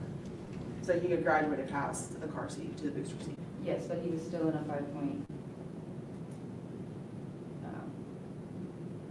One of the car seats, or the booster seats, was a 5-point harness, and the other one was lap belt. Okay, understand. And then let's talk about the living room in your house. At the time, on July 27th, there was a couch, correct? 2 couches. A couch, a love seat, and a recliner. Okay. And that love seat, or the couch, was a pull-out sleeper couch, correct? No. Was the love seat a sleeper couch? No. Okay. But Michael would commonly sleep in the living room? Yeah. He'd sleep wherever he fell asleep. Okay. Because his room was with you and Tyler? Mm-hmm. Okay. If you can say yes or no, the court reporter. Yes. Yes, thank you. And when Michael, well, your outside area, is it fenced in? Yes. Okay. And then the shop area, does it have a garage door to it? Yes. Okay. And is that garage door typically open, closed? How does that look? That's typically closed. Okay. So how Michael would commonly get outside, or anyone would get outside, would be through the front door? There's the double doors in the dining room, and during the summers, we would use that door to go in and out of the yard. Okay. And then could you get out of the yard with a fence door, or how would you do that? There's a door that goes to the garage. That's how you get to the shop in the backyard, is through the garage. So there's an exit door to either or. Okay. And you could go in and out of the backyard through that door, correct? Yes. So you left on the 27th, you left work around 12, correct? I left my house around 12. And then you got, your shift started at 12:30. Correct. You had your lunch break around 4. Correct. You commonly check in to make sure everything's going okay, correct? Every day. Every day, no matter who's watching the children? Yes. Did you talk to Michael at 4? Yes. Okay. And then everything was fine, no concerns? And then the next time that you had contact with anyone from your family was around 7 p.m., correct? Correct. And you said that was when Tyler said you couldn't find Michael, correct? Correct. You kind of took that in stride and said he's probably hiding somewhere, right? Yes. You said that he likes to hide, I think you said kind of under a cabinet area? Underneath the bed. Underneath the bed, okay. Would he hide anywhere else in the house? He would hide in the other bedroom, in the closet. And the kids' two kids' room. Okay. And then would he ever hide outside? Is this something that he's common to do? No. Okay. So just inside the house, he'd hide. Is it common for him when he thought he was in trouble that he would hide? No. Okay. Would he play hide and seek with any of the neighborhood kids? No. And then once you got this call from Tyler, and you heard the panic in his voice, that's when you decided to go home. Yes. When you say the panic in his voice, could you tell that he was under the influence of marijuana? No. Okay. Is it common for Tyler to smoke marijuana and watch the children? Yes. When you talked to Tyler, you said that you were on the phone for him about 9 minutes? I didn't say that. Okay. How long were you on the phone with Tyler? Probably about 10 to 15 minutes. Okay. And then this phone call lasted until you got to the car, correct? Yes. Okay. And then at that point you called Kira? Yes. And you told her that you needed her home? Yes. Because she was a trusted person that could help you find Michael, correct? She was my daughter. I needed to know where all my children were at that moment. Okay. But you also wanted her home so she could help you look for Michael? I wanted her home so I knew where she was. Was the goal at any point for her to help look for Michael? Not by me asking her.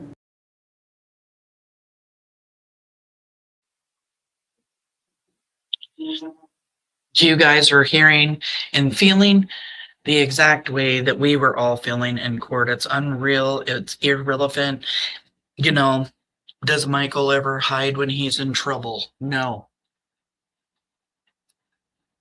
Did she think that it was okay for Tyler to be at home smoking marijuana? I mean, 16 million parents smoke. Mary J. And then, of course, this last question is what really got to me, because she was really pressuring Brandy about Blue coming home and the reason why she was bringing Blue home. Brandy wanted to know where all of her kids were. One was missing. She didn't want to have to stress out about any of her other kids. She wasn't being brought back home to watch children.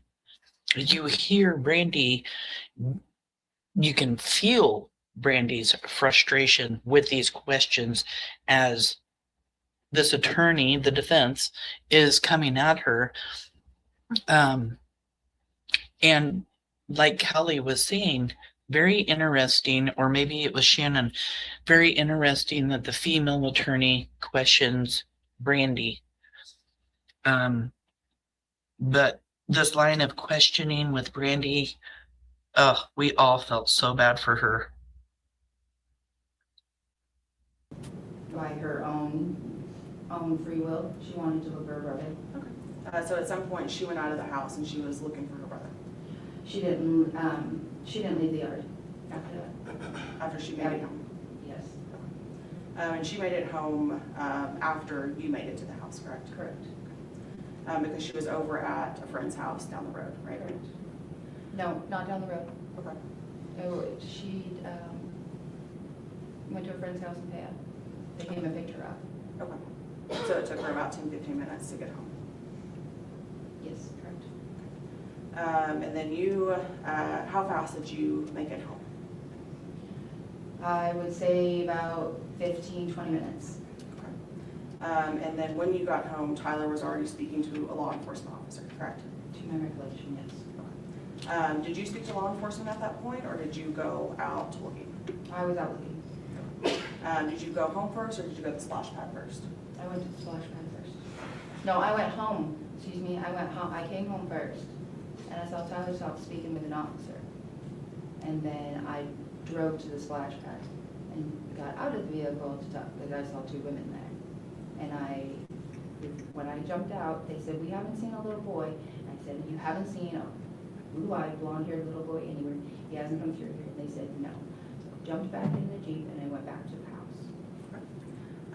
And in this neighborhood that you live in, it was common for you to go to the splash pad, correct? And Michael has gotten out before and tried to follow his brother to the splash pad. Correct. Okay. And has he gotten out of the house and never tried to go to the splash pad other than that one time? No. And you said earlier about the bluff area that you went to. Is this before or after you went to the splash pad? After. After, okay. You said that the sun was setting, so it would be closer to 9 o'clock. Correct. Did law enforcement, did they want you to stay in the yard, or did you go up on your own and look? I went up on my own and looked, but I did ask, but they wanted me to stay within a certain area. Sure.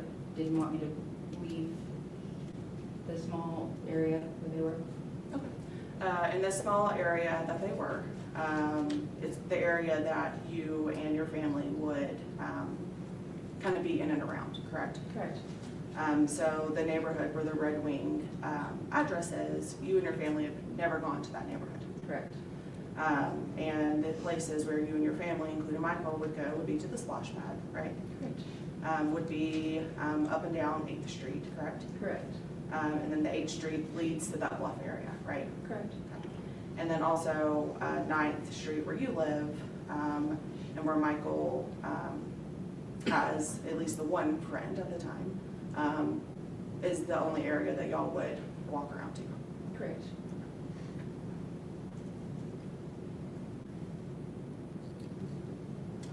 When you were walking up and down 9th, you spoke with two neighbors, correct? Correct. And they had seen Michael around 6:45, 7. Correct. And that was on 9th Street, correct?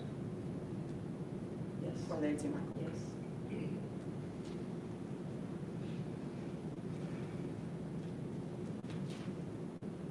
This cliff area, or bluff area, there's a drop off next to it.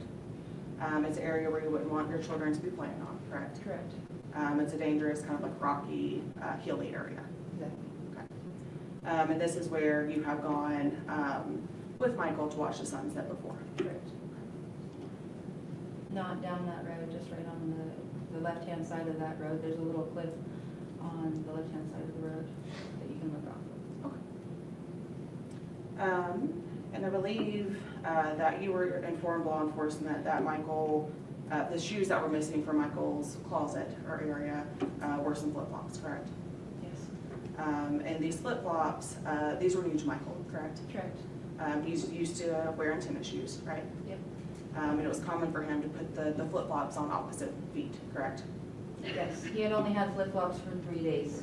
He was always still in my flip-flops, so putting them opposite, it wouldn't fall off his feet. Okay. So only had the flip-flops for 3 days, so these shoes would be difficult for him to travel far distances in, correct? And then Michael, he had a bicycle and a scooter, correct? Yes.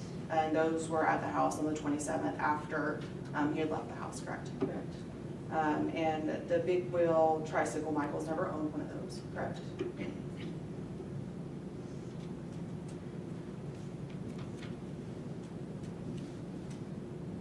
On the 27th, law enforcement searched inside of your house, correct? Yes.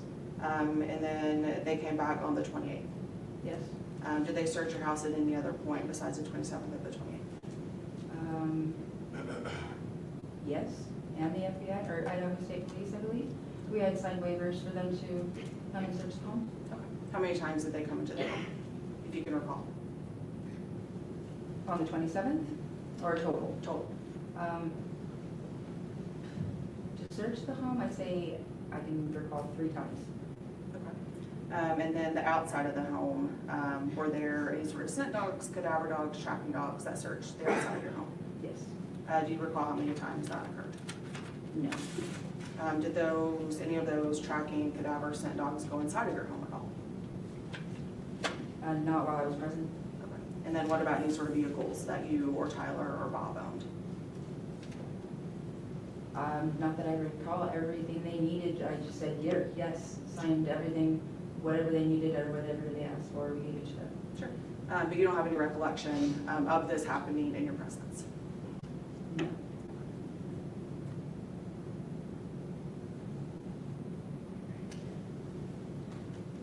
When law enforcement asked you if there was any substances that Michael could have ingested in the home, you told them no, correct? There was marijuana in the home, though? Not in the home, in the shop. Okay. It was not accessible to any children at all. So if the marijuana was on a table, visible, that would not be accessible to the children? No, because they wouldn't be in there with it while it was out. On the after the 27th, you led a significant effort of handing out missing posters, correct? Correct. You started that on the 28th, right? Actually, Jennifer Hanna brought she had 100 flyers made, and they were actually donated. Okay. When you She brought those on the 28th. But you started handing those out to the neighbors on the 28th, correct? And this included going over to the subdivision off of 8th Street, correct? Correct. So you would walk up and down everyone's house and give a flyer if someone was home, correct? Or put it in a mailbox, yes. Or leave it in a door. And so that was from the 28th up until mid-August. What time frame did you stop handing out flyers? Current date. But I haven't stopped. Sure. But the week after, you were doing an effort of walking neighborhood door to door handing out those flyers. When I could, yes. Most of our time was spent with FBI, Idaho State Police, the Freeland Police Department, Fayette County Sheriffs. That's who we were spending our time with. Okay. But when you were not spending time with them, you were handing out these flyers? Yes. And you've mentioned for the DNA portion that you provided police, FBI, and sort of law enforcement agency a shoe, correct? Correct. A pillow. Correct. And no one's used the shoe, but you've used the pillow, correct? Correct. You said that used to be your pillow. Mm-hmm. And that you gave them a blanket, correct? Correct. Other people in your household had used the blanket. No, not that time. And then a stuffed monkey. Correct. And did anyone else in the house use that stuffed monkey? No. And then you also provided a toothbrush, correct? Correct. And other people in the house have used that toothbrush. His little sister. Okay. Aria. And did law enforcement collect DNA from Aria? Law enforcement collected DNA from all of us. So even Aria? Correct.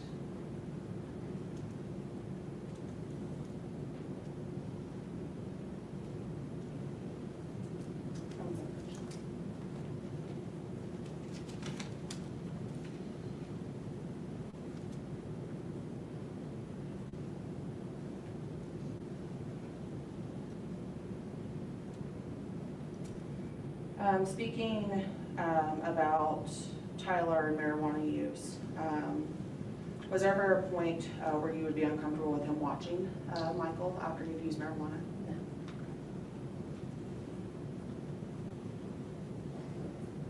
And you weren't concerned that he was smoking marijuana and watching your children? No. What about alcohol use? Tyler really doesn't drink. He's never, he would drink like if we go on a date or something. Or have a couple beers on a hot summer day. Not much.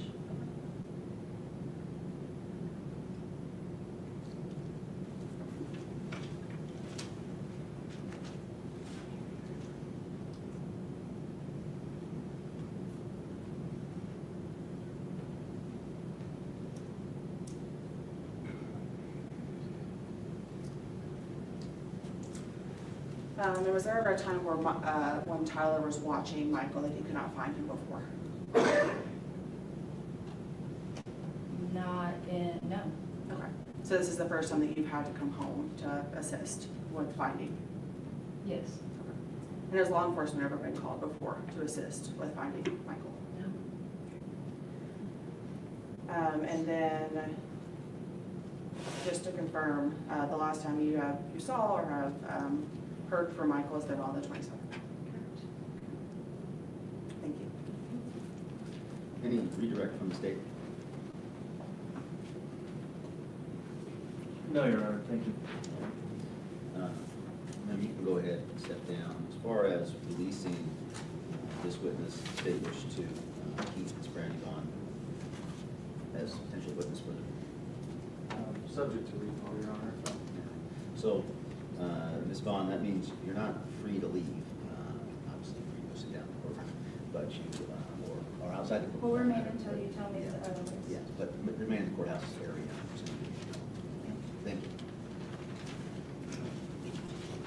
So, it's 20 minutes after 10. As far as the court's concerned, we'll just keep going, but sometimes people need a break, which I want to respect. Okay, so that's the first clip. Like Brandy was saying, the police, the FBI, searched their house 3 times. Dogs also searched around the property. Brandy didn't witness any in the home.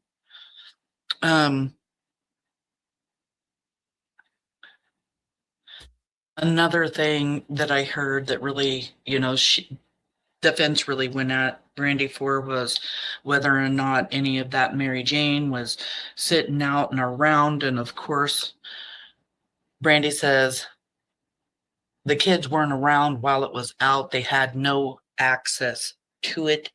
That's a huge point to make. And so Brandy passed out a lot of flyers after Michael disappeared, and they're coming at her hard about these flyers because of the flyer that was on the Wandra's refrigerator. And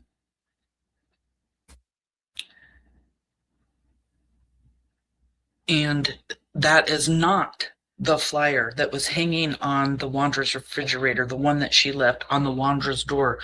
I love where she says when she's asked how long, you've been passing out flyers. And she's like, to current date. And also explaining to the defense that our time in the beginning was spent with law enforcement. And when they had the time is when they were passing out the flyers, or when she was passing out flyers.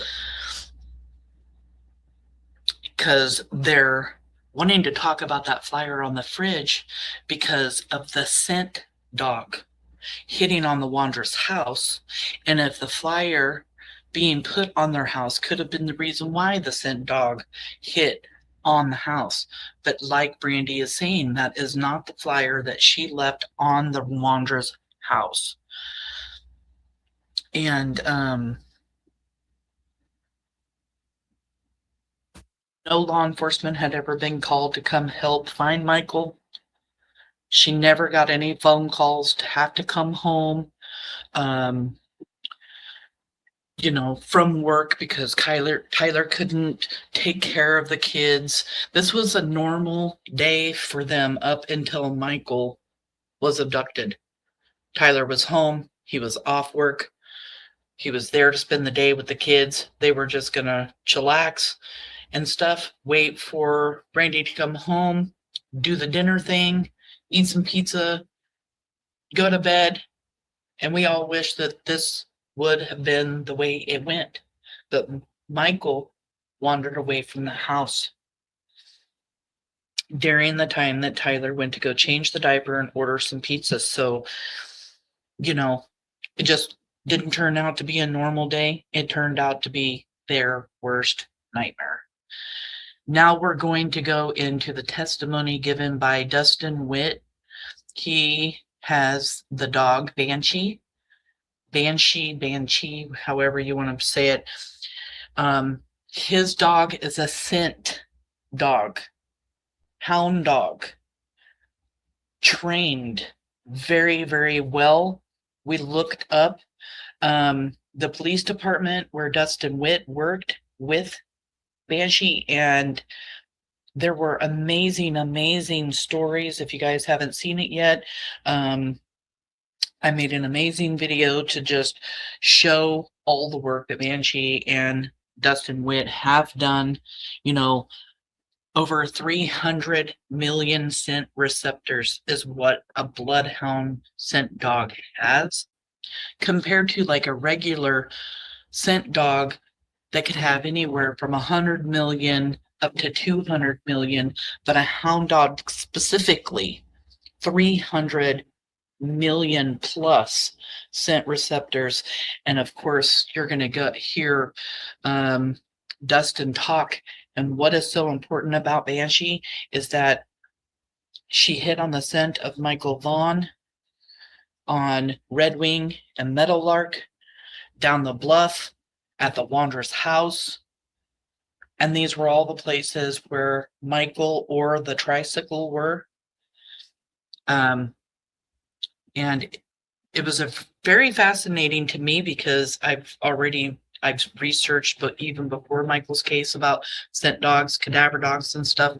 So I'll hop right in here to this testimony, and I promise that I won't stop too many times. I really just want you guys to hear everything. We did get a couple of memberships, so let's dance a little bit. Turn down your earphones.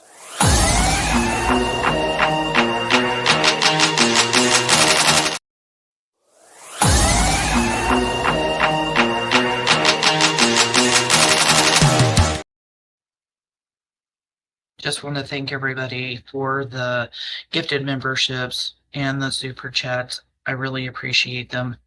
Let's hop right on in here. I think this one's a little over an hour. Where we're at with time. Obviously, we've got. Again, I can't do anything about the volume. The videos came as they were. I have no way of turning it up here. The volume is up. as high as it can go. And yeah.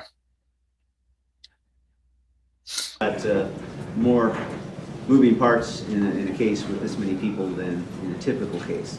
There is an order governing these proceedings, which I don't normally issue, but because I didn't know how many people would appear and that kind of thing, I did issue that in this case. One of the things it requires is everybody that wishes to be present during the proceedings to be present and seated before court resumes and remain seated until we take a break. It's my intent to take frequent enough breaks that that's not a problem. Obviously, have an emergency, you can't do that. But if you do have to leave the courtroom, you won't be permitted to re-enter until the next break. And that's just so we don't unnecessarily interrupt the proceedings, right? I mean, of course, so much questioning, it's easy to be distracted. I certainly want to be respectful as a judge of the questioning that's happening from the state and the defense, and I need everybody else to be mindful of that reality, right? I mean, if someone's testifying, if they get interrupted or distracted, it can be problematic potentially, and I don't want any of those issues. And so it's not about trying to control people, it's more about just trying to manage those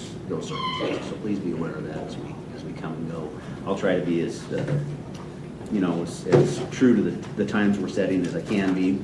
I don't have other proceedings today, so it shouldn't be a problem for me. And I'll just ask everybody else to be aware of that too.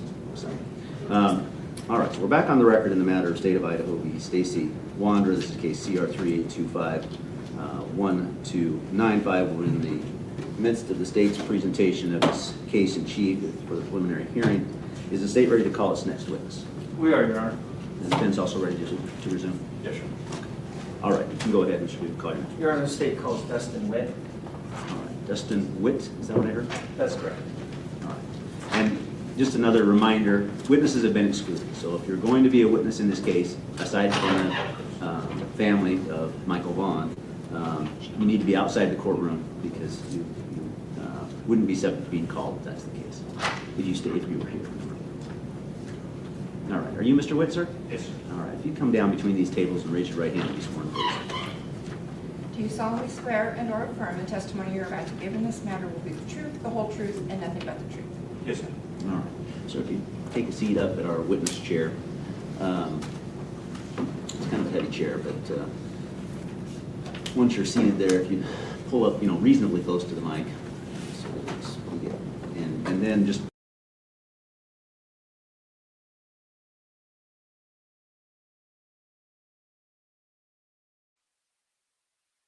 I was going to say something and I went through all that work and forgot what I was going to say.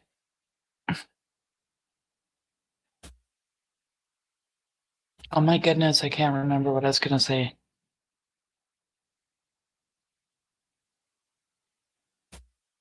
Yep, can't remember. Oh, wait, yes, I can remember.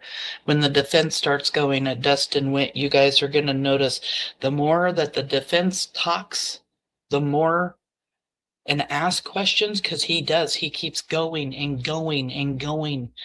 And of course, that's their job. That's what they're supposed to do. But you're going to notice here that he only builds, in my opinion, a stronger case for the state. My opinion only. Let me know how you guys feel about it. It's kind of a big courtroom, so be sure to project as best you can. All right, if you'd state your full name and spell your last, please.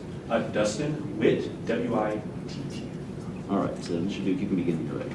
Thank you, Your Honor. Mr. Witt, in July of 2021, what did you do for a living? I work for the Merced County Sheriff's Office as a senior sergeant. Okay, and where is that county located? I'm sorry, it's in California, in Merced County. Okay. And what were your duties for Merced? I was a senior sergeant. I was also in charge of our K-9 program, as well as assistant tactical commander on the SWAT team. Okay, and so I want to focus on the K-9 part. What were your specific duties to being a K-9, or being in charge of the K-9 unit? I oversaw 10 dogs of various disciplines, managed the program, as well as handled a trailing dog, K-9 Banshee. Okay. And because of your work there, were you asked to come and aid in this investigation, or in an investigation here in Payette County? Yes, I was. Okay, and so when did you first get into Kidd County? On August 1st, or 2nd, sorry, August the 2nd. Okay, and what were you asked to do for the investigation? I was asked by the FBI to, they picked me up from the airport, took me to the Fruitland Police Department, and they asked me to use my K9 after we collected some scent evidence to run some trails for them. Okay, and so what is there a special categorization or like what are the duties of this particular K9 unit? Of my K9? Yes. So K9 Banshee is a scent-specific trailing dog, bloodhound. Okay, and what does that mean? That means she takes a scent and she will follow that scent and only the one scent. So she's scent discrimination. Okay, and do you have trainings or certificates related to this? Yes, I do. Okay, and is that dog specific, trainer specific, or they're both? We do the training together, so she's certified through the National Police Bloodhound Association, and we do the course together. Okay, and what does the course entail? So it's a yearly certification. It's a 40-hour certification yearly, and it entails classroom work, field work, written test, and then being evaluated by an independent trainer on your work throughout the week. Okay, and was Banshee, or Banshee and you certified through this program? Yes, sir. Okay, and were you certified at the time that you came to Fruitland in 2021? Yes, sir. Okay. And so what's the normal procedure when you're going to use a canine for scent tracking? Well, first you have to collect something for the dog to scent off of. Okay, and what's that process normally look like? So Banshee, myself and Banshee, we utilize, through our trainings with the FBI, we utilize a device called the scent transfer unit, which is essentially like a vacuum. You put a gauze pad in there, you put it on top of whatever you want to collect the scent from, and it collects that specific scent. And then it's sealed in a glass jar, so you can take it with you instead of carrying around, such as these objects with you when you're going out in the field. Okay. And what is Banshee, your scent tracking dog? What is she trained to do? Can you rephrase that? What is your dog trained to do? She's trained to follow a scent. She's a scent-specific trained dog. Okay, so does that mean that, like, would this be like the movies where somebody breaks out of prison and then the dog follows their trail? Is that the kind of thing that we're talking about here? Not quite like movies, but so once the scent's collected, we take her to a location, and it depends on the type of case you're working, and she's given the scent pad of the scent that's on the pad, and then she gets to work and she works off of a 15-foot lead, so I'm standing about 15 foot behind her, give or take, as we do corners or obstacles or things like that, and she follows the scent until there's no other scent to follow. Okay, and are you trained to identify when she's detecting the scent that she's looking for? Yeah, when she's on trail, I can tell when she's on trail or when she's off trail. Okay, and so this term on trail, does that mean that that she smells the scent that she's attempting to track? Correct. Okay. And is that part of your certification process specific to the dog? When you go and get certified, that you identify when she's on trail versus not on trail? Correct. Okay, and so in Fruitland on, I think you said 2nd of August? August 2nd and August 3rd, yes. Okay, did you deploy Banshee following these procedures? Yes, sir. Okay, and so do you recall what the items were used, which items were used to get a scent profile? The items were originally collected by the FBI, and we used our scent transfer unit at the Fruitland Police Department's evidence room, and we've transferred scent off of a shoe as well as a pillowcase, I believe. Okay, and once you transfer the scent, so that'd be to a gauze pad? Correct. And then did you place that in a jar? Yes. Okay. And where did you take Banshee after that? I went with the FBI, and they took me to several locations. I believe about 6 to 8 different locations in the span of 2 days. Okay, and did Banshee show any interest or indicate that she was on trail at any of these locations? Yes, sir. Okay, and where did she indicate that she was on trail? Would you like, can I refer to my report to refresh my recollection? Yeah, the rules are pretty specific here. You can look at the report. Well, actually, before you do, would you like to look at it? Yes, please. Okay, we're going to let defense counsel look at your report first, and then I'll instruct you how to go forward.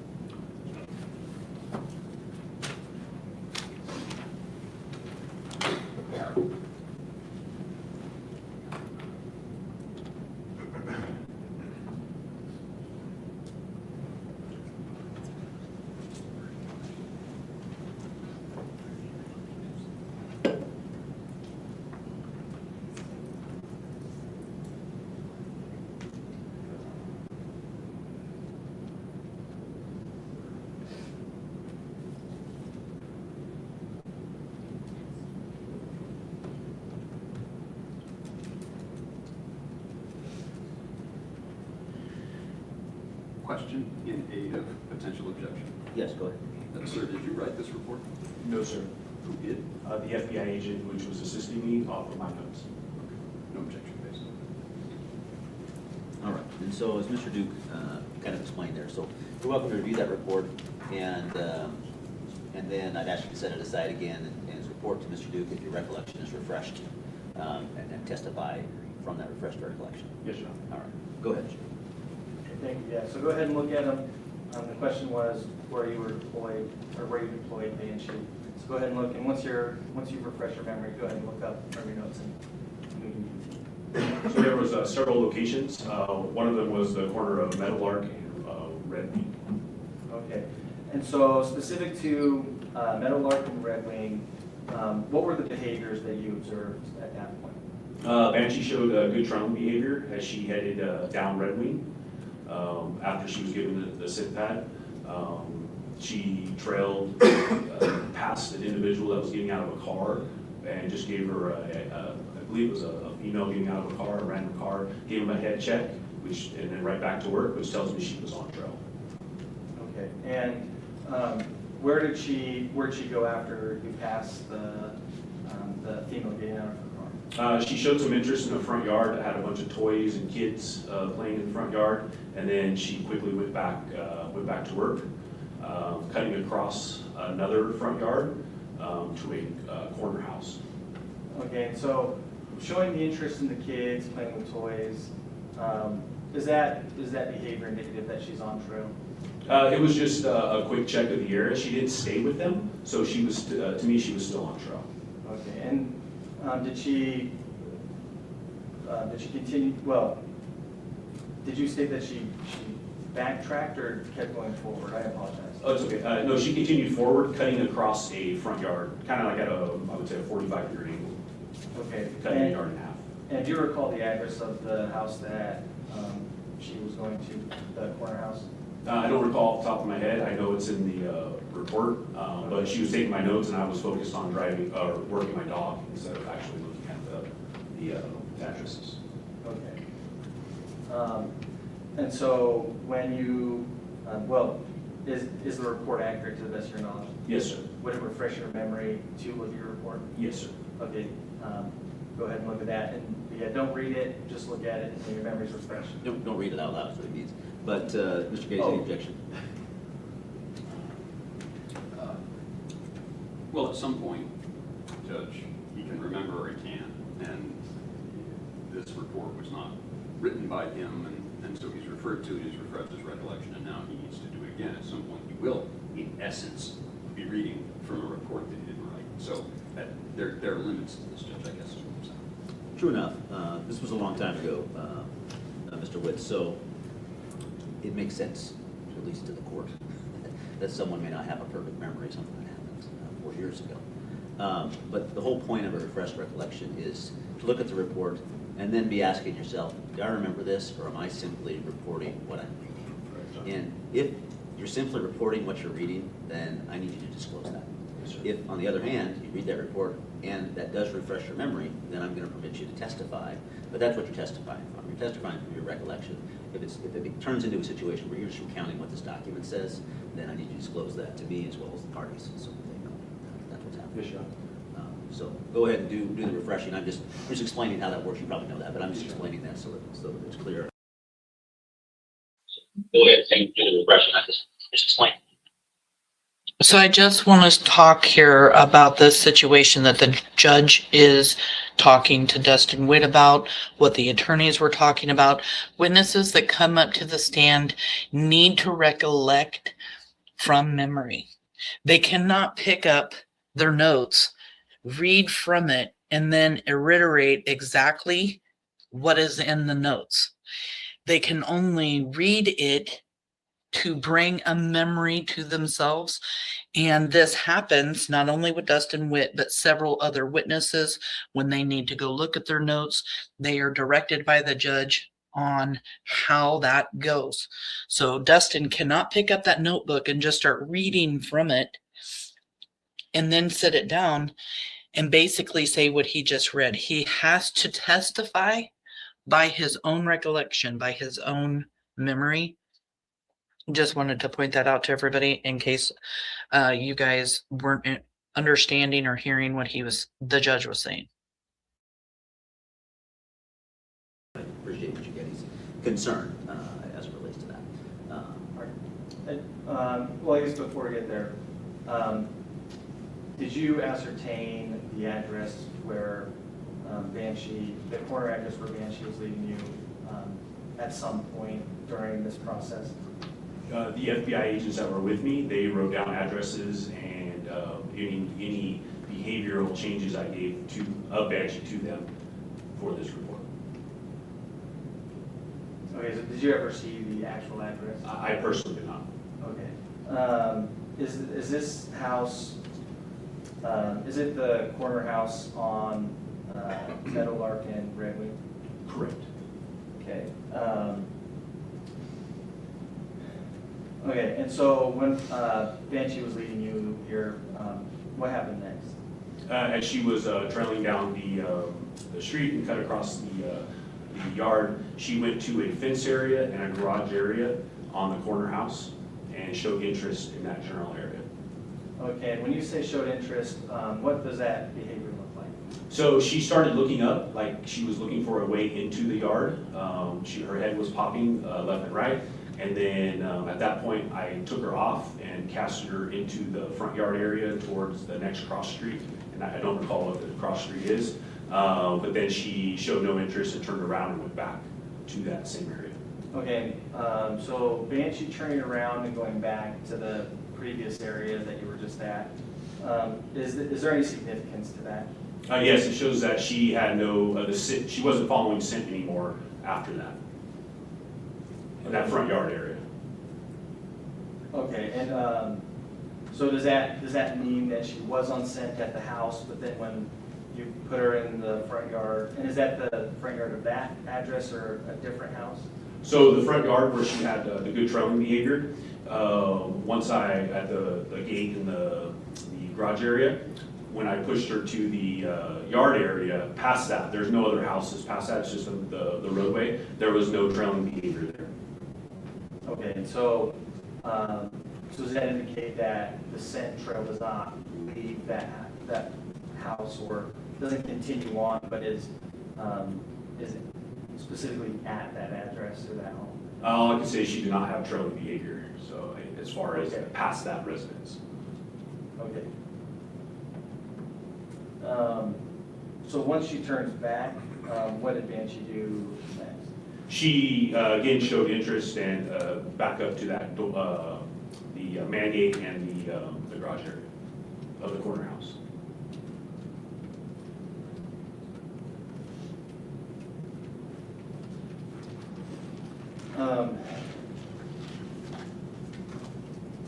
Did she show any more interest in that general area?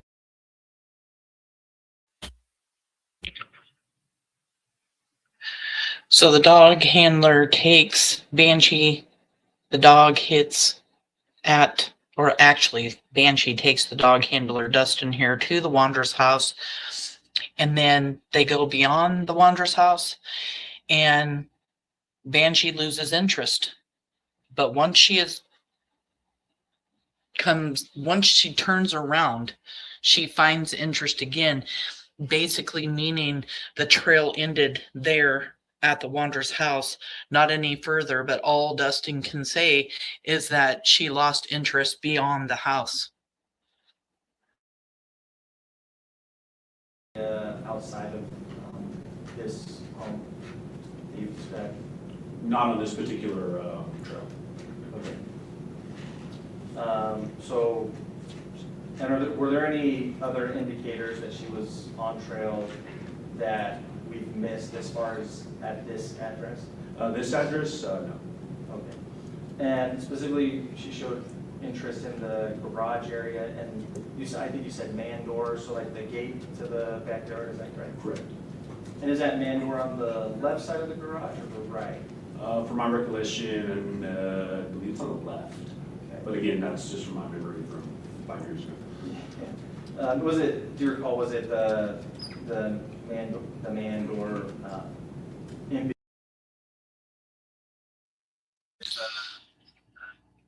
And again, just to point something out, we're talking about the garage at the Wanderer's house and the main gate to the left, which is the gate between the Wanderers and the Starkey's house, which is very interesting because you'll hear later on in the preliminary hearing when Carson Starkey testifies that he saw the tricycle right behind this man gate. And the dog, the scent dog, is hitting at the man gate. And Carson Starkey said that it was after Michael Vaughn was abducted. So these are just really important things here. And yeah, thank you, Tabitha Shannon, for sharing your comments and stuff in chat, because they were there at the preliminary hearing too. And of course, Mama. Between two homes? Correct. Okay. And then so were there any other trailing behaviors in that specific area? Not that specific trail, but other trails. Another trail there was. Okay, and so where was the other trail? So again, without looking at the report, I'm just going off my memory. It was, I believe, 8th North. Is it Northwest 8th Street or 8th Street, which leads to a bluff area. And she showed good trailing behavior up into the bluff area. Okay, and what was like the terrain like at this bluff area? It was very rough. So before, originally she trailed to that area, the corner house, a big shade tree, and then she showed interest, but there was a lot of construction work going on in the area, and she was tired, so we took a break right there for a little bit, and then got her some air conditioning, and then came back to that area. Okay, and so where did she lead at the bluffs area? She showed good trailing behavior, looking over the bluff and then down the dirt road, and then there's a little cutout trail that cut back over. She showed good trailing behavior there up until some really like bushy area with big trees. We couldn't make our way into that area at all, so we just let the team know that was there, her behavior, and let them handle anything from there. Okay, and do you recall what exactly her behavior was that made you believe that she was on trail at that location? Same type of behavior, a lot of interest, looking for a way in. Banshee was the type of dog that bloodhounds are not just going to walk right into a bunch of thorny bushes and stuff, and I had to pull her to keep her from going into those type of bushes. So to me, that was good trailing behavior. Okay, so you prevented her from going further into the bushes because of the nature of the terrain? Correct, yeah. Okay, where you were at, were there any other items that you recall, or any items where she was showing interest that were like on the bluff or in that area? There was nothing on the bluff that we saw. And were any other officers with you while you were where you were working your dog in this spot? So during the whole time, the FBI agents were with me, and then during the bluff, due to the terrain and whatnot, there was several other individuals who came out to help as well. I couldn't tell you who they were or what agencies they were from, but there were several. Okay.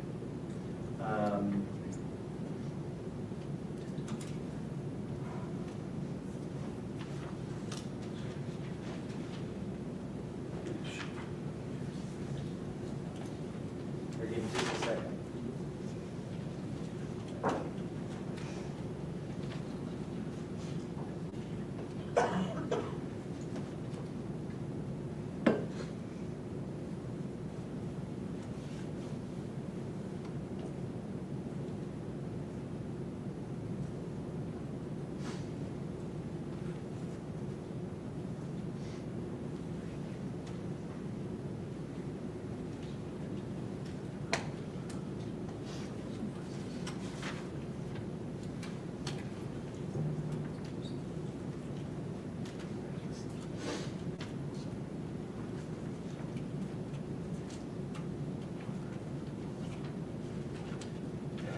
Okay, after the bluffs, well, that area leading down into the bluffs, is there a sign going into a neighborhood right before you go down into the bluffs?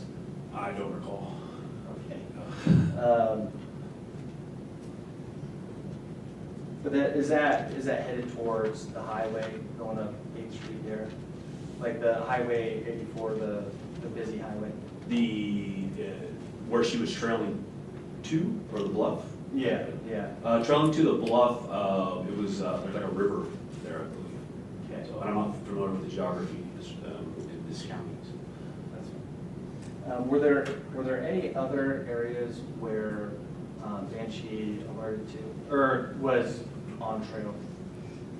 So another trail, she was on trail, as in she left, again, the streets.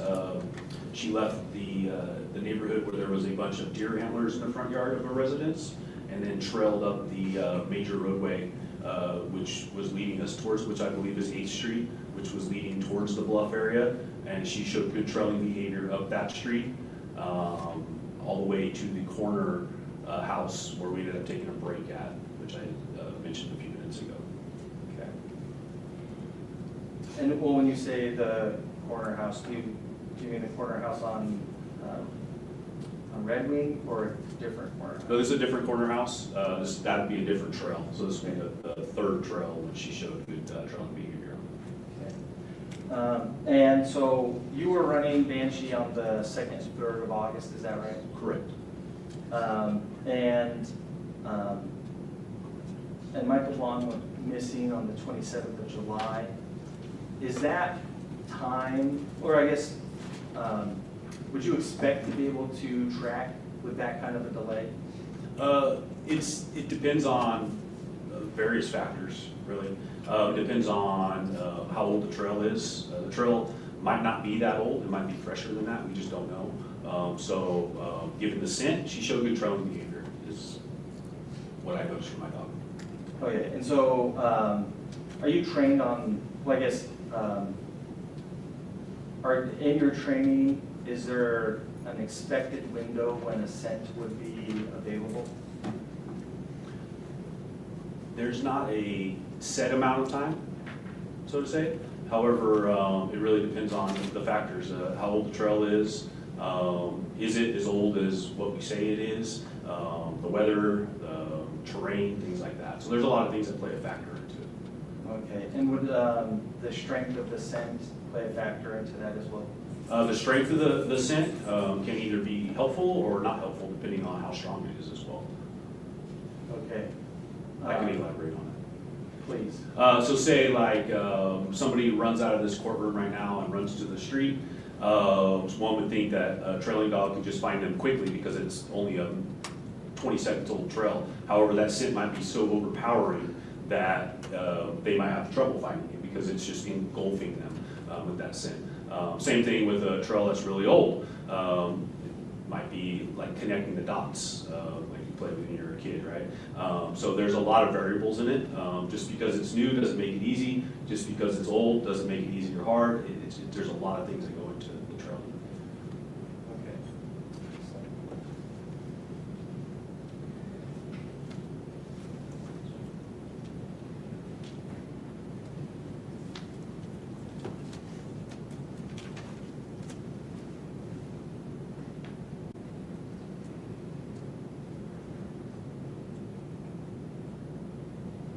Thank you. No further questions, Your Honor. Cross-examination of the witness.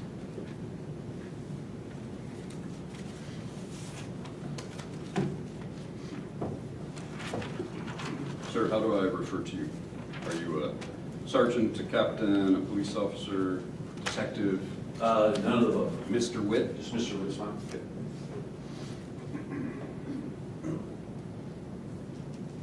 So your only involvement in this case comes from the FBI reaching out to you and saying, hey, we could use some help? Correct. Do they do that often? They've done it, I think this was the second request. The first one I didn't go. It was back east somewhere. So do you go all over the country? For training I did. For deployments, just here to Idaho was my first out-of-state deployment.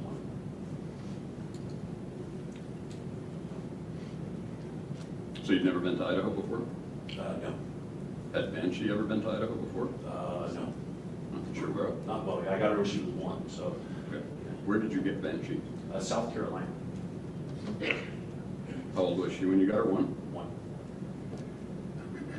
So I guess that leads to the question of how does someone like you, were you trained in canine scent animals prior to finding Banshee?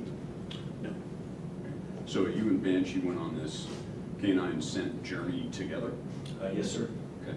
And so you actually, what went into you finding this particular dog?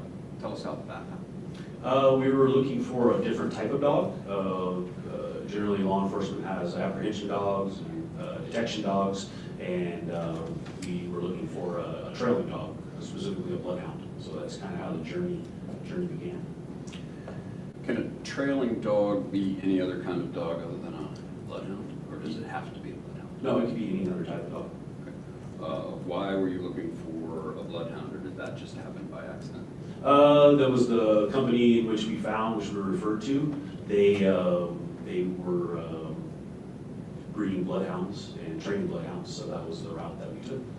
Is that something that you networked through police agency kind of contacts, or were you just surfing the web and said bloodhounds for sale and that's how you found it? No, we used a team out of San Bernardino County. They have a very successful, in California, San Bernardino County in California, they have a successful bloodhound program and canine program, so we reached out to them and I spoke with their handlers and about their dogs and spoke with them, and that's how we ended up with the bloodhound and the place where we purchased her from. Okay, so this particular bloodhound Banshee, you obtained her, you went to South Carolina to obtain her? Correct, sir. Yeah. And did you have any kind of get to know you time, or did you just go and pick her up and say, this is the dog that I get? No, prior to going to get her, I took several online classes about nutrition and wellness and those type of topics. And then once I got there, I spent 40 hours with her, learning her and training with her before coming home with her. Now, when you say training with her 40 hours, just kind of getting to know and training with her, training how? Well, she already spent a year learning her job, so now I had to learn her. So we ran trails, we bonded together, we worked with other teams that were there, went on trails with them, learned about the dogs, things like that. Okay, so you indicate that you obtained Banshee, I'm sorry, is Banshee a male or a female? She's a female. Okay. You obtained Banshee when she's 1, and then you've said she had a year learning her job. She was learning her job from the moment she was born? Approximately 8 weeks old, they start with basic training with the dog, essentially play hide and go seek with the dog. And do you know anything about that? Can you describe what that entails, hide and seek? So as a puppy, they do runaway trails, simply maybe from here to where the deputy is in the back of the courtroom, and they see the person run away, the dog chases them. And then as slowly as the dog gets older, they progress into scent articles, then the harness, then the lead, and just basically putting all the components together so the dog can learn it as they get older. So by a year old, they're ready for a handler. So this company in South Carolina, did they have more than one dog? Oh, they have several dogs, yes, at that time. And did you go to South Carolina with one dog in mind, or were you there to Introduce yourself, hang out with these dogs, figure out which dog you thought would work best for you. Banshee was picked beforehand based on phone calls, videos, pictures, details that were sent to us about all the dogs. Banshee was the one that was chosen. So this was a pre-arranged marriage? Correct. Was she chosen because she had some particular proclivity that the others didn't? Why was she chosen? Based on the videos, just her energy, her drive was more than the other ones that we saw, so we went with her. So you use some terms, I'd like to dig into those a little bit. You talk about scent evidence. When you use that phrase, those two words together, scent evidence, what does that actually mean? It means collecting a scent and using that as, and the dog, using that for the dog to take the trail. So this water bottle could be scent evidence. If I'm using it to trail myself because I'm the one touching it. Does a dog like Banshee, who is specializing in scent evidence, do they have any other skill sets?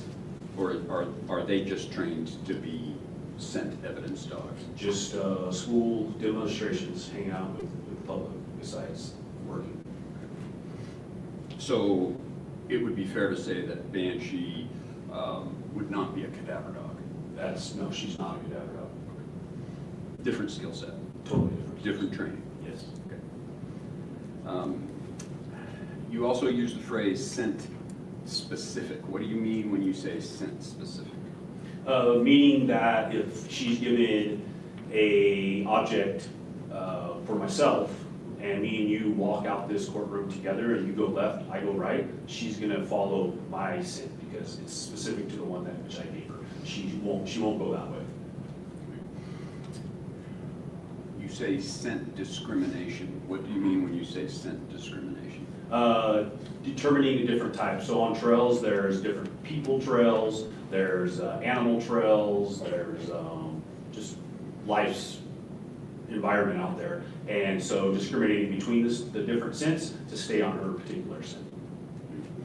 Now, when were you trained in kind of collaborating with the scent dog before you went to pick up Banshee and work with her? What do you mean? Were you trained in? Were you a scent dog officer or handler by the time you met Banshee? No, sir. You had not been through that training yet? No, sir. Okay. Banshee had been through some level of training up to the point you got there, and then you had to train together. Correct. And what does that look like? Who all trained you? We bought her from Georgia Canine by an individual named Jeff Shedler, and him and his team is the one who trained Banshee up until that point. Okay. So sorry, didn't mean to interrupt you. No. Okay. Now, so when you met Banshee essentially already had what you, I guess, could call a handler or someone who had worked with her for that year of her life? No, she had several people, whoever was the workers in the kennel there. They would take her out as well as the other dogs and run the trails and train her at that point. Okay. So was this kennel where Banshee came from part of this, can you please state that again, the National Bloodhound Certification Organization? What's that called again? She's not from there. She's from a place called Georgia Canine. Okay, so she's from Georgia Canine. That organization is separate from the National Bloodhound Certification process. Correct. Okay. Now, how much time did you spend, and if you've answered this question, forgive me, how much time did you spend with Banshee and her kind of kennel folks before you took her and came back to California? 40 hours. How many? 40 hours, 1 week. And that was an official training program? Correct. And that's the first time you had ever taken that kind of program? That's correct. Okay. So you were learning this brand new? Correct. Never done it before? No. You talk about multiple scents. I'd like to explore that a little bit. Is it possible for a canine to, at the same time, be able to discriminate multiple scents? Like, question withdrawn. Let's go here first. What are good items that a scent dog can find a scent on? Like they can find a powerful scent on, that's particularly good for scent discrimination. And what are items that are kind of bad for scent discrimination? Can you give us an idea? Well, we use the scent transfer unit, so it always puts us.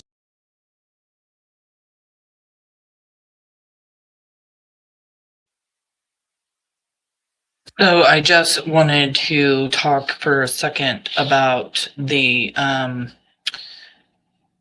specific scent. Did I pause this? I did. Okay. What is scent specific? Scent specific dogs are trained to detect, track, and identify particular odors. Ranging from explosives and narcotics to human remains, specialized technology, or medical conditions, these working dog, often hounds or sporting breeds like bloodhounds and labs, utilize their superior olfactory abilities to work in search and rescue conversations and law enforcement. Scent specific, when they're given that scent, that's the scent they're going to go after. No other scent. They can determine between one or two scents. Say there had been somebody else's scent on something, like they are trained to hit on a specific scent. So since so many scent articles were taken for Monkey, Banshee knew what scent to hit on.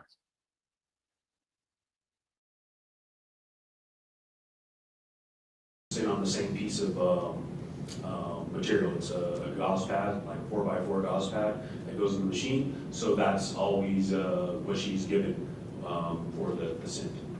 Okay. However, that doesn't actually answer my question. So let's say I am at home and I put on a pair of socks. Now I wear those socks for a day. And my 18-year-old son comes in and he needs socks and sees my socks sitting there and he puts them on, right? How does a scent-specific dog, like a bloodhound, differentiate between my scent and my son's scent? On that particular one, that would be very difficult, especially if they're in a common area, like laying in the living room, so to say. I probably wouldn't collect that as a piece of clothing to use. So would you say that my socks would be a scent that a bloodhound would be able to find easily and trail easily? The socks would be a good scent article. Okay. How about one of the rings on my finger, like a metal item? That would be a good article. Are there certain things that you would say that doesn't work for me? Like, could a family member bring you an item and you'd say that's not good, I need something else? What would be those items? I would say things that are in a common area of a house, maybe like kids share a hamper. Does that make sense? Yes. So we share a hamper, and they're both the same gender, and you don't know who wore that shirt or who didn't wear that shirt type of deal. Those wouldn't be good articles. Okay. And that's helpful, but what I'm trying to do is dig a little deeper into particular materials, like a metal item or precious gems, a piece of something that someone wears. Like, for instance, would an article of clothing be better for a scent dog than a piece of jewelry? Does that make sense? Yeah, that makes sense. And so what's the answer there? Do you know? As long as the person has worn it, either or. I would use either or. Is there any particular household item or piece of clothing that you would just say, no, that's bad? If it belongs to the person, then it's all good. Okay. What about how do bodily fluids play into that? People sweat, they sometimes bleed.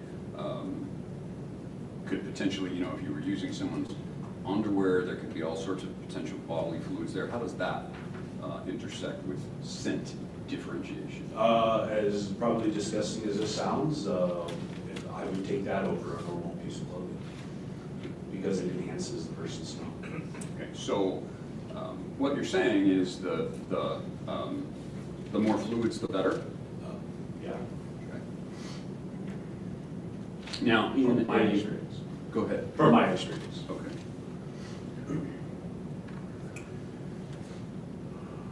A shirt being worn by a boy versus a shirt just coming out of a washing machine. What would be the difference between those two? Let's say, in this case, Michael Vaughn is the missing child. He wore the shirt was just washed. The shirt's taken out of the washing machine. Can that still be used to find a scent? No, I would not use that. What about a circumstance where, in a home where people are kind of collectively living and sleeping kind of anywhere and everywhere? They don't have kind of their specific spaces. Would that make the scent differentiation more difficult? It would make the scent article in which you want to collect a little more difficult, yes. So I'd like to talk about the gauze pad process. You talk about that briefly, but I'd like to dig into that. So you take these classes, you do this field work, you do a written test. I assume the dog does not take the written test. You take the written test? Correct. Okay. With your dog, are you doing things with your dog during that written test, or is that just you sit down and do a written test following your training? No, it's actually, for the National Police Bloodhound Association, the written test is after the lecture part of the course, which is at the beginning of the course. So talk to us about this mechanism by which you take an item of clothing, you process the scent out of it, and transfer that scent into a jar. Tell us in detail how that works, please.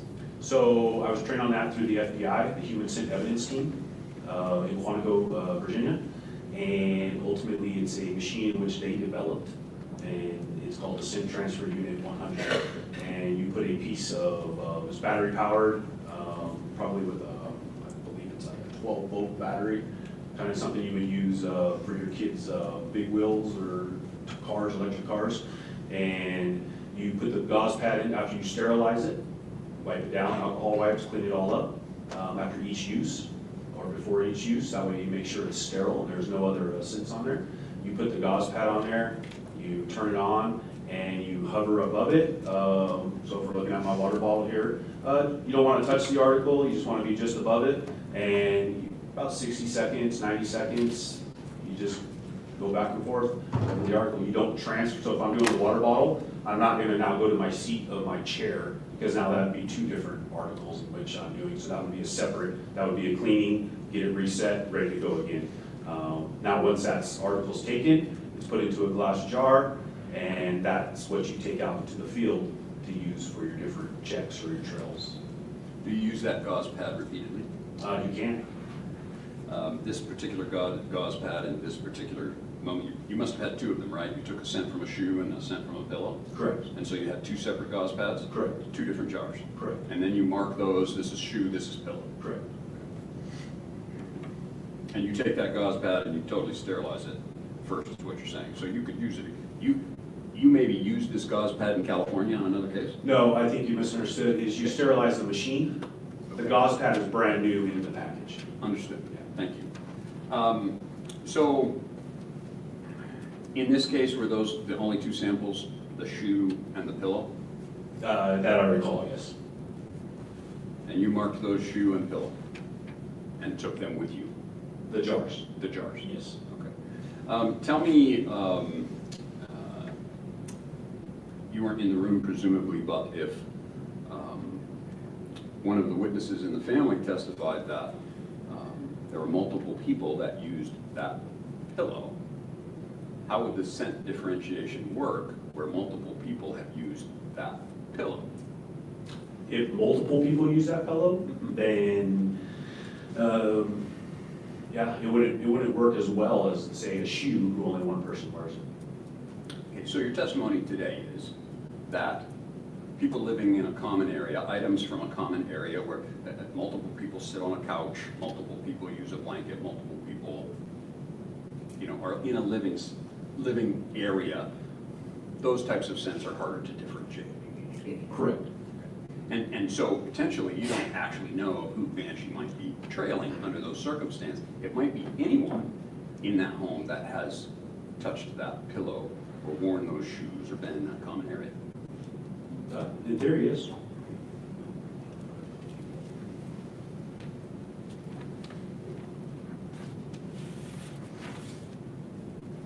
Okay, so when you arrived in Idaho, you were met by FBI agents, you say? Correct. Who were they? Sorry, I was taking some. You're fine. I don't recall both their names, but they picked me up from not the Boise airport, but the one that's closer to here. Can't recall what town it's in, because we flew in on the sheriff's airplane, and then they picked me up and brought me for the police department. Banshee came with you? Correct. On the plane? Yes. Amateur question, but how does a bloodhound's ability to scent, how is that impacted by different locations, different stimuli? For instance, you work with Banshee out of California. Correct. Completely different place than Idaho. Correct. You got on a plane with Banshee. Maybe she flies well, but how does that type of an experience impact or affect a bloodhound's ability to obtain a scent and follow a scent? Is there any impact at all from your dog working in California, from your dog working in Idaho after a plane trip? There's no impact. She's flown all over the United States, and we actually trained of flying in the helicopter, landing, getting out and running a trail directly after landing to help her with those environmental issues and any incidents that might come about due to the flying. Okay. So you've tested in those particular, with those particular variances and have found Banshee to still be able to do the job? Correct. Has there, let me go back a step. In terms of your training with Banshee, how many hours of work would you estimate you have worked with Banshee? For training in the area? Just for training. In the life of her career? Sure. Oh, boy. Thousands, probably. We have had her for 7 years. Is there a certification process through this Bloodhound Association that you talked about? So the National Police Bloodhound Association is the certifying body for bloodhounds that are purebred. So she yearly is a 40-hour course which you have to attend. You have to do that every year? It's a yearly research, yes. Okay. And where is that done? In California, it's done in several places across the United States, but in California it's done in San Bernardino County, Riverside County, and Southern California area. Okay. So you and Banshee go out and kind of prove your stuff? Correct. Yeah. And are you tested at the end of this program? Yes. What does that testing look like? It is the final trial. Well, actually, it's a week-long accumulation, showing that you can check all the boxes, that you're working with your bloodhound, that she's not distracted, she can run trails, both fresh ones, distracted ones, blind trails, just a whole gamut. And in this recertification process? Count on here if you like, but on the report. Would you please do that? Yes. Yes. 8.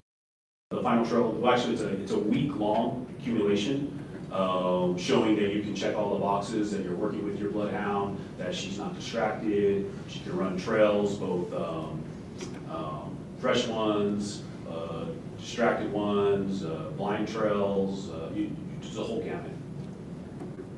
And in this recertification process, is there like a final exam?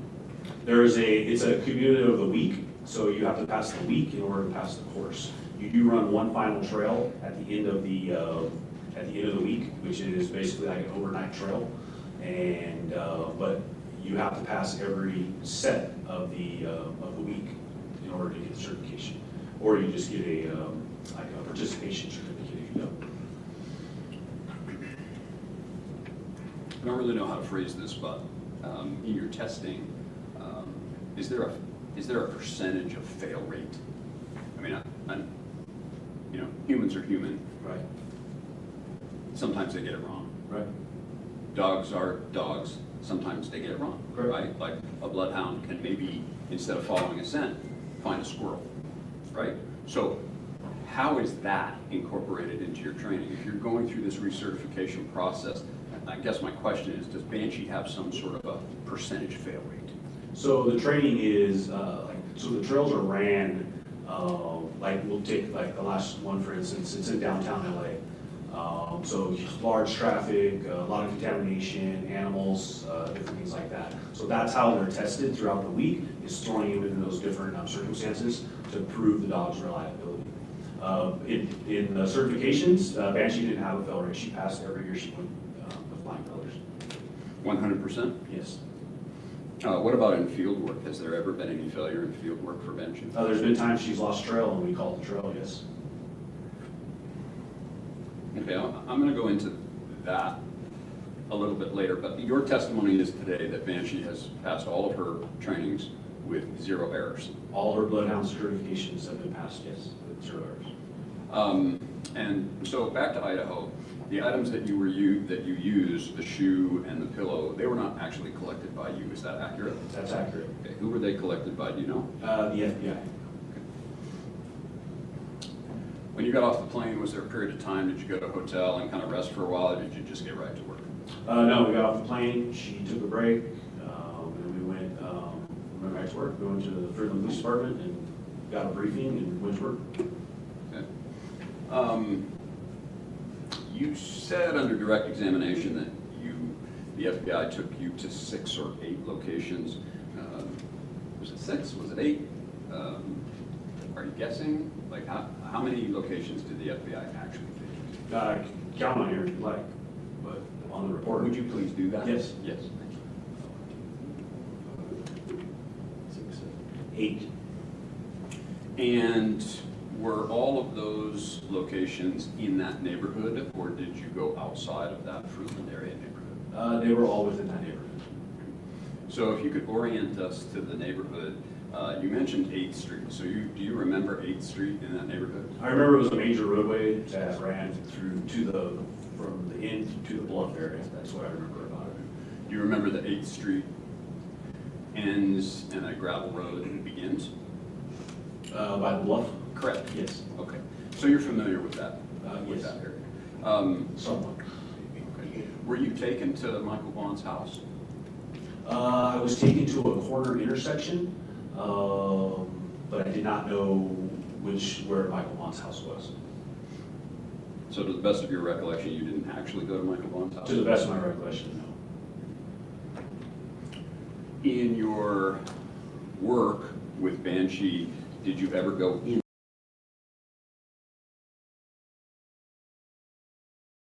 With Banshee, did you ever go in? I had a little bit of an aha moment just then, because I never heard Dustin Witt say he didn't know where the Vaughn house was. He didn't know where they lived. So although he's being put on like 9th in Arizona, he didn't know where the Vaughns were, which is also just a huge thing to me, because, you know, he's got a scent dog there. But again, everybody, the 8th Street goes down between the 2 subdivisions all the way down to the bluff. There's only one way in and one way out. It was such amazing work. It really was fascinating to listen to the scent dogs, the cadaver dogs, which we'll be going over the cadaver dog handlers tomorrow. But it's just sad that we know that they were having to work on Michael's case. And Brandy is saying, yes, he definitely started aggravating me. I think this is when I sat up and put my arms across my chest the very first time. Yes, it was, Mama. Because he starts going hard here on Dustin, trying to get him to crack like he's going to catch him up or something. But he doesn't. He actually makes, in my opinion, a better, it's better for the state. I feel like he almost messes up here. Right. It's good. It's a good thing. Yeah, because Michael's scent would be all over your property. We know this, right? And he did not know where the Vaughns lived, and yet Banshee still doesn't come over and like hit on the Vaughn's house. And as we were talking about earlier, Michael's shoe was the scent used the day that Banshee hit on Red Wing and Meadowlark, the Wanderer's house, down the bluff, which is huge because it's one of the best scent articles that you can possibly use because skin cells collect inside your shoes. This is from all of the research and everything that I have done. Sweat, body chemicals that come out of your feet. I mean, we know we all have body chemicals, but there are a lot of body chemicals that come out of your feet. And the pillowcase was used on the second day, but the first day that Banshee hit in these key locations, very important locations, was the day Dustin Witt and Banshee used Michael Vaughn's shoe.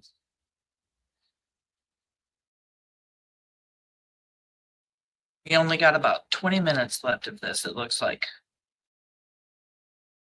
The house. No. Did you ever go onto a property in yards? Yes. Did you go into backyards? No. So when you're working Banshee, you're going through a neighborhood and she's just kind of going where she's going, and you're not necessarily asking people for permission for her to go on a yard, for instance, somebody's yard. No. You're just following her. Correct.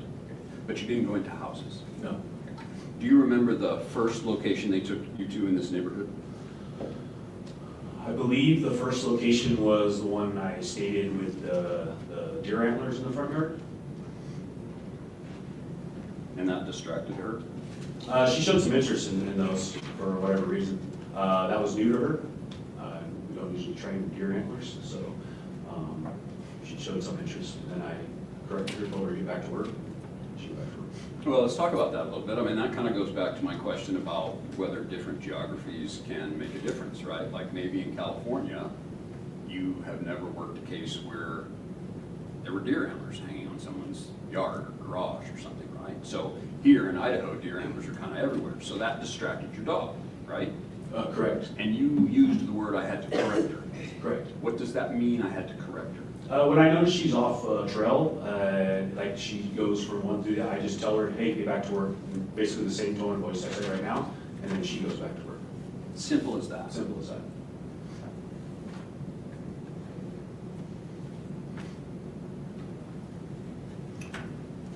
So let's talk about that a little bit. You talked about you used the phrase, head check. You said you were walking down a street, a lady was randomly getting out of a car, and Banshee did a head check. What does that mean? I mean, she, I'll show you if you want. She's going down, she looks to the left or to the right, wherever the person or object is, and then kind of a side eye, and then she goes back to what she was doing. She doesn't deviate. So she's not distracted by it, she's just simply checking it. And from years of working her, when we're on a trail and there's a person walking by, it's more of a check, like, okay, that's not my person or my scent, I'm back to doing what I want to do. So would you say that head checks are common? Yes. And would you say that they don't actually distract from the mission? No, they don't. They don't concern you at all? They don't. That's not behavior that needs to be corrected? No.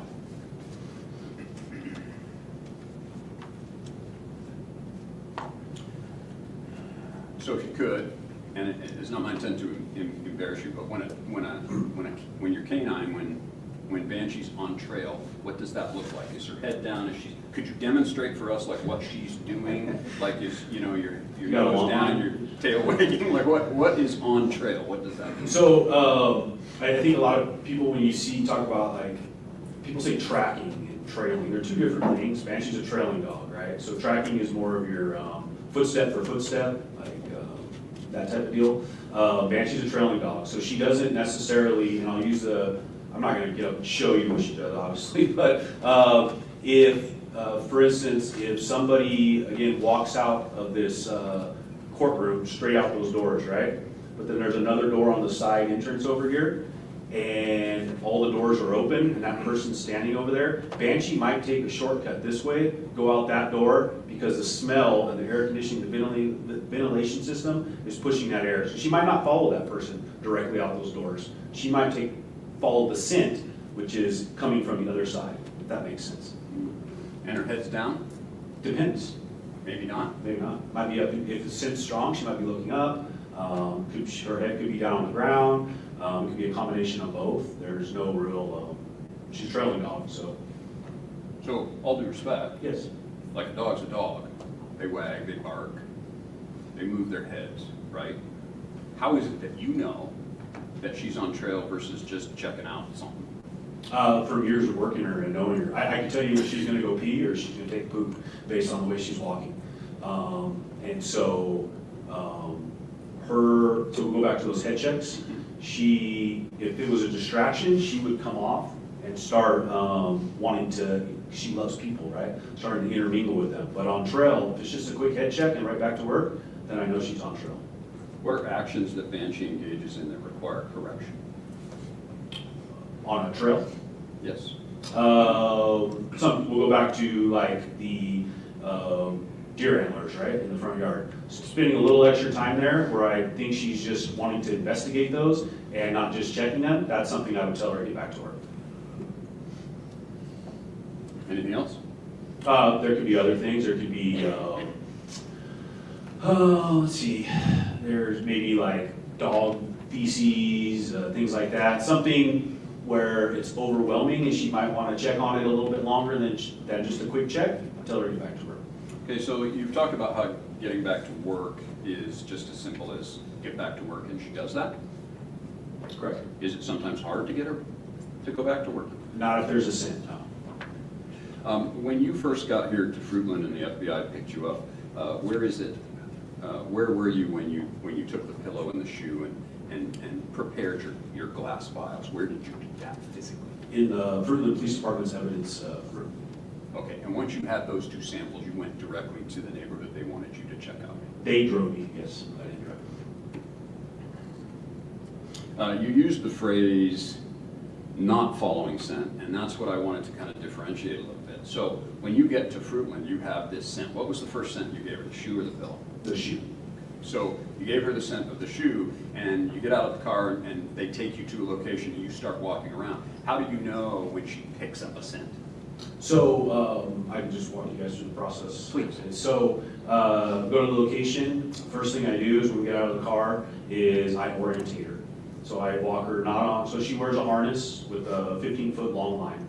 And so I won't take the harness off her, or the lead off her collar yet. I'll walk her in a big circle around the area. Basically like around the courtroom right here, and then we're gonna end towards the middle. So she's taking an inventory of her surroundings, taking in all those scents that are out there. And then as we get there, I stand over top of her, I hook her up, and then I bring the gauze pad over top of her, and then she sees it, she looks up, I tell her to skid it, which is like which she was trained with. It's just kind of stressing, like you say it, I'll say, Banshee, skid, and she'll go ahead and she'll go to work. And so that's what you did in this case. You got out of the car, you gave her the command, and she went to work. Yes. And where was the first indication that you felt like she picked up the scent? After I told her to get back.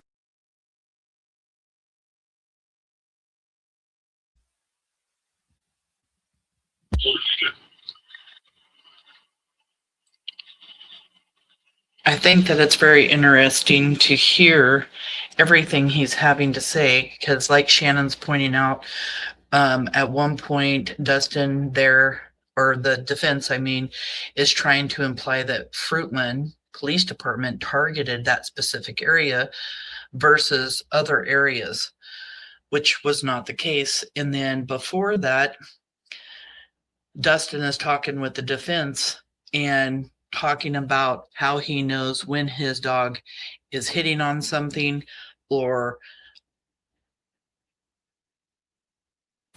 what am I trying to say? When his dog is hitting on something or is just showing an interest in it simply out of pure curiosity. But Dustin says when not when Banshee is on a scent trail.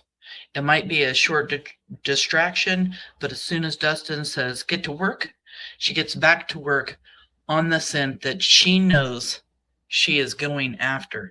And he said, not when she's on a scent, which was just really important because she did go back to work because she was on and tracking Michael Vaughn's scent. Back to work after the deer antlers, she started showing good trail behavior after that. And just take us through your journey. Where'd you go? On that particular trail? Now, I'm not going to be able to tell you the streets. I can tell you the directions because I'm not from the area. So after that, she went up to the intersection. She went across the intersection to the other sidewalk, and then she started trailing down 8th Street towards the bluff area that way. But we were out at the other end at this point, so it was quite a ways up the road. While we were trailing, a female and a kid riding like a big wheel bike started past us as we were going down it, and she gave one of those head checks and then went right back to work and then continued on. So this neighborhood has a subdivision, right? Yes. And the house that you're talking about where you felt like she was very actively detecting a scent, there were actually 2 houses there, right? There was one on the corner and then one next door? Correct.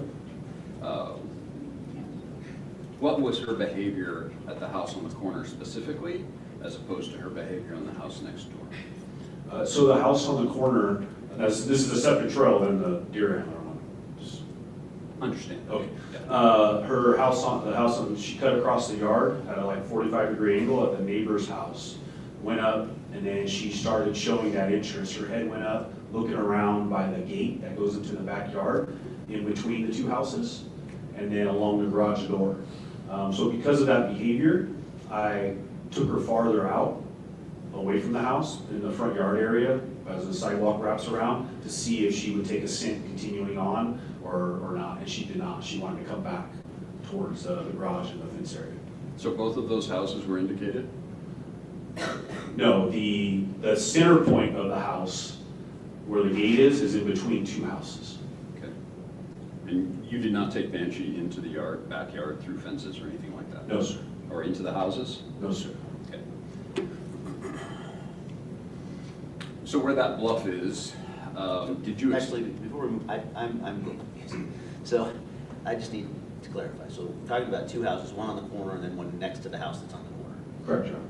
When you say the garage door, as I understood your testimony, is that the garage door of the house on the corner or the house next to the house on the corner? The garage door on the corner house, and then the man gate that goes into the backyard that's in between the 2 houses. Oh, thank you. I appreciate that. Go ahead. So let's go to this bluff. The bluff area, you were there personally with Banshee, right? Correct. Yeah. And you're saying she was trailing a scent there? Correct. Okay. From the shoe or the billow? From the shoe. Okay. And the bluff on the left side kind of goes up? Correct. Right? And to the right side it kind of goes down? Correct. And there's like sagebrush and bushes all along that road? Yes. Yeah. And it kind of winds down and goes down to the river? Correct. Yeah. Did you follow that road all the way down to the river? I did not follow the road all the way down. There's like a little cutout that's like a walking path that dog legs basically back towards the right, I would guess it would be. And that's where she went. Did you ever see kind of the swampy area down off to the right of that road? It was really dense down there. As far as bushes and stuff, I couldn't see much once we got down in there. Okay. And Banshee did not go in that area at all, or did she try? What area? In off of that cliff off to the right. She tried to go into, there were a bunch of like thorny bushes and whatnot. She tried to go, but I wouldn't let her go. And what did that indicate to you that she tried to go into that area? There was something there that there was the scent in which she was following. She was interested in that area, is what it would let me believe. Down off of that ledge. Yes.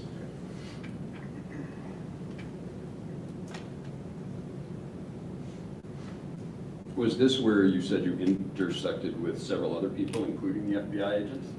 The FBI agents were always with me the whole time. Okay. They were like my tour guides of Fruitland. Okay. And the other individuals, due to our findings there, they started showing up as well, due to our interest down that bluff area. Were these law enforcement officers or civilian searchers? I believe a combination of both, I'm not sure.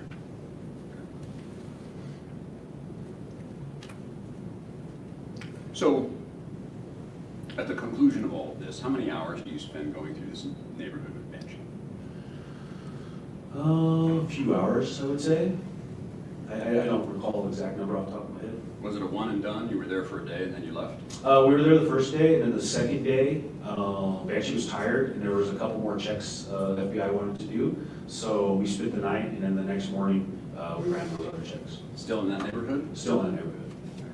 Did you ever go to any houses outside of that neighborhood? Did you go to a house in Cuna? No. Did you ever go to a house in Meridian? No. No other houses except in that neighborhood? Correct. Did you have your dog, Banshee, how does Banshee and her trailing behavior intersect with vehicles? As far as? Can she determine if someone with that scent has been in a vehicle, for instance? As far as trailing, can you be a little more specific? Well, can Banshee give you an indication if some particular person that you're trailing has been in a vehicle?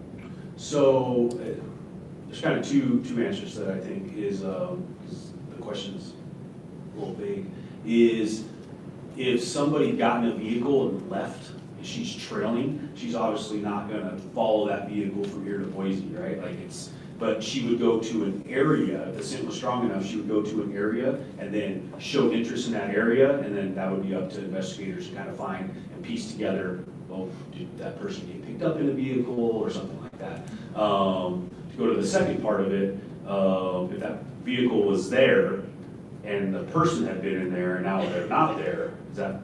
Yes. Yeah. So if the scent's there and that vehicle's there, she could show interest in that vehicle, yes.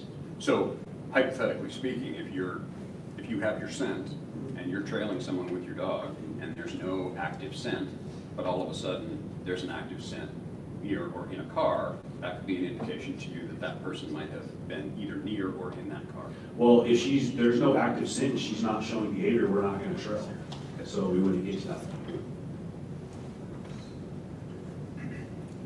So to just kind of wrap this up, I guess, is it fair to say that, well, one more question. You did say the word "was" once related to Banshee, and that made me wonder, is she still active? She passed away just before Christmas due to medical issues. I'm sorry about that. Okay, so she's no longer active? Correct. Okay, and this was her only activity with you here in Idaho, was August 2nd and 3rd? 2nd and 3rd, yes. So to wrap up, Banshee can essentially take the scent of a child's shoe and can tell us certain things, right? Correct. Can tell us where that child maybe has been. Correct. But it could also maybe tell us where someone else has been who maybe wore those shoes or was in a common area with those shoes. Is that accurate? Correct. And so the areas that Banshee actually trailed on related to a pillow or a shoe could have been related to someone other than Michael Vaughn, correct? That could be correct.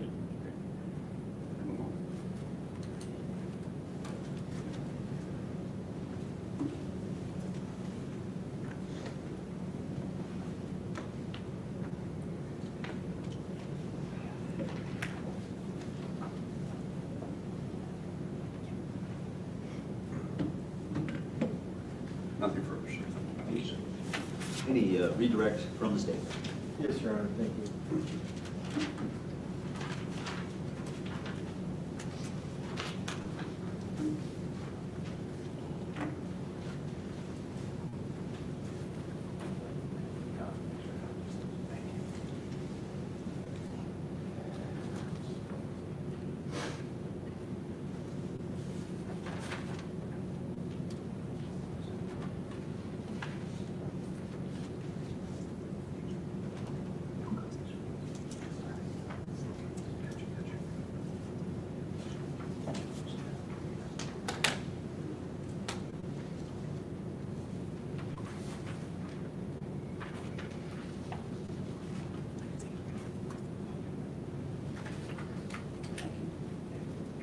All right, I'm gonna hand you, or have the bailiff hand you what's been previously marked as State's Exhibit 3, 4, and 5. When you were running Banshee, did Banshee show interest in this house? Well, first, the pictures, can you tell us what those pictures are of? These pictures are of a white house. Not sure what you're looking for. Okay, and when you were running Banshee, did Banshee alert to this house? Or, sorry, was Banshee on trail at this house? Based on, I would say, Exhibit 4 and Exhibit 5, that house does look familiar. Okay, do you recognize that as the house that Banshee was interested in? I recognize on Exhibit 5 this gate area and then this cutout by the window, and as she trailed along and showed interest along the garage door area, yes.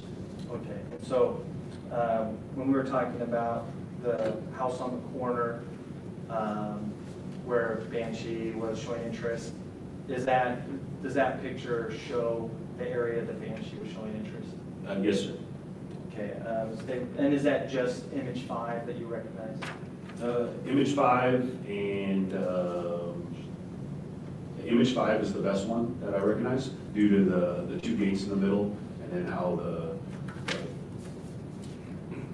cutout of the window along the garage door. That looks familiar to me. Okay, Your Honor, the state would move to admit State's Exhibit 5. Any objection? Yes, Judge, I guess I'm a little concerned. I don't need to see him again. Mr. Witt has indicated that it looks familiar to him. That's not necessarily a definitive opinion. I guess my objection is he has said, yeah, that looks familiar to me. So I would object to their admission. I don't think he's actually said, yes, that's the house. Well, so I'm not really clear in your objection, one of relevance or foundation? Foundation in this witness's knowledge of what he's seeing.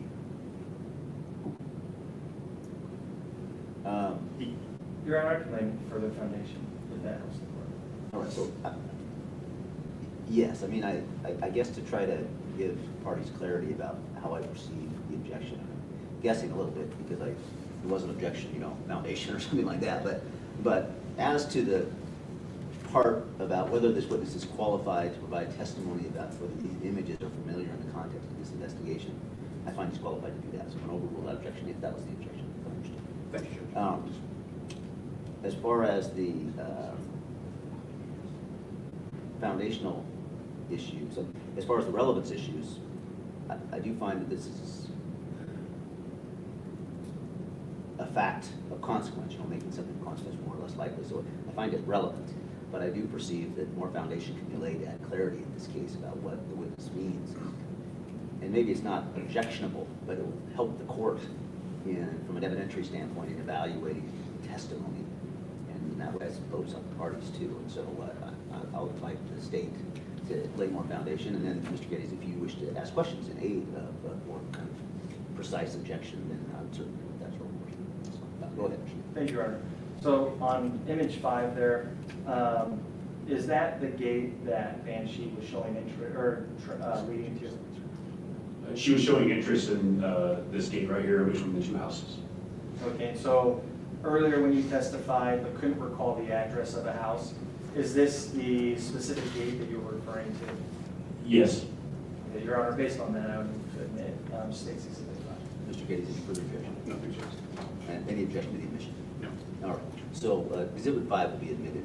And we didn't make a good record of the process when we got these exhibits up to our witness here, Mr. Witt. The state did provide the documents, the photos to the defense to review. There was no objection to having them delivered to the witness. I presume, Mr. Geddes, if you had it turned out that you would raise it. Yes. Okay, good enough. All right, so 5 will be admitted, and I'll just ask that the 3 and 4 be returned to the state. Other questions, Mr. Yes, Your Honor. So, well, before you begin, you want to keep this for a minute, or are you ready for me to have that? No, that's the court can have that. You're okay, good. Go ahead. So we were talking, or you and Mr. Diaz were talking about if there's multiple scent profiles on an article. And I guess first off, when Banshee was on trail at the house, the subject of Exhibit 5, do you know what scent profile she was using? Was it the shoe or was it the pillowcase? It was the shoe. Okay. And then at the bluffs, when Banshee was on trail, do you recall which item Banshee was had used as a reference in that instance? It was the shoe. The whole first day was the shoe. Second day we used the pillow. Okay. And did Banshee show any interest at the top of the bluff, like where it overlooks that kind of steep downgrade? That was where it led us down. Like, so she found the way. We went down the road based on her behavior at the top. Otherwise, if we didn't have any behavior there, we wouldn't have ventured down the bluff. Okay. And then when Banshee was trying to, I guess, get like into the thorns, and you pulled her back. Was that over concerns for the welfare of your dog, or was that because for a different reason? No, strictly the welfare of the dog, getting just torn up going into the thorns, but also we don't know. Well, I didn't know because I don't know the area. Like if it just drops off into the river or what happens, right? So. And once you're in there, you're not going to be able to trail very much anyways through the thorns, so we just pulled it off. And as part of Banshee's training, is she trained to try to get, or does she follow trail, or does she try to get to the point where the scent trail terminates? Or I guess when is Banshee done at a specific spot? She's done when the scent runs out, or if it's like, say like a lake bell from a criminal aspect when the person's found, or the scent runs out. There's nothing else to follow, then we call the trail.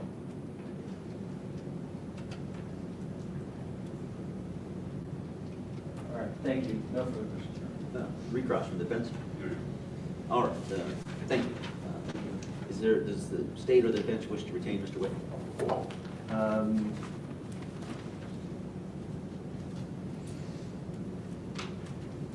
No, Your Honor, he may be excused. No, Your Honor. Okay, so you're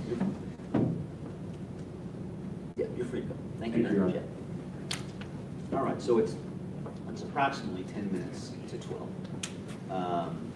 We would usually break for lunch, around 12 to 1. It doesn't seem, unless you have a witness that you think is going to take 5 minutes, it would be a good, I don't really want to break the witness in 10 minutes in. That's not, at least it's not best for me. I think it's best for witnesses or parties either. So I would prefer to break now unless you really like to proceed or something. Your Honor, I don't perceive us to have a 5-minute limit, so I think breaking makes sense. Okay, does that work for the defense as well? It sure does. All right, so I'm thinking we come back and resume at 1. Does that work for everyone as well? That works for the state.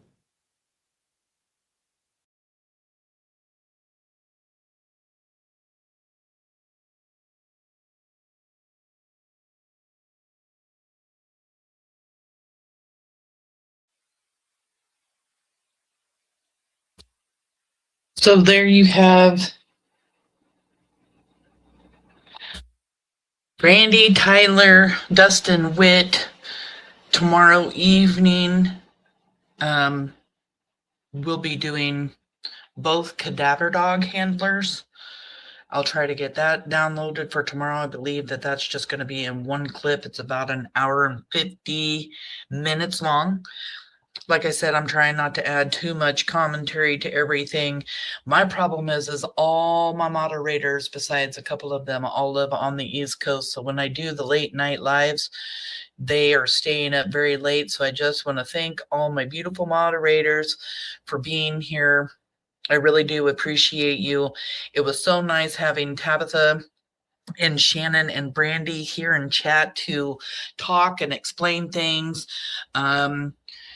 like Tabitha and Shannon, things they were seeing, things that they were hearing and stuff in court. And of course, having Brandy here can tell us about all of her emotions, any details about law enforcement or their testimonies, or, you know, what was going on at the time of these searches. I really did find it so interesting. I missed that last time, that Dustin Witt did not know where the Vaughn family lived. That was huge for me.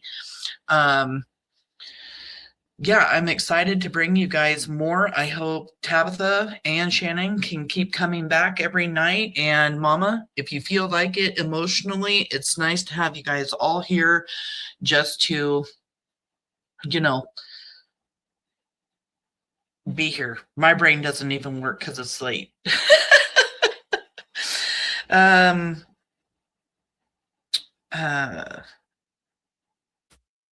Of course, Mama.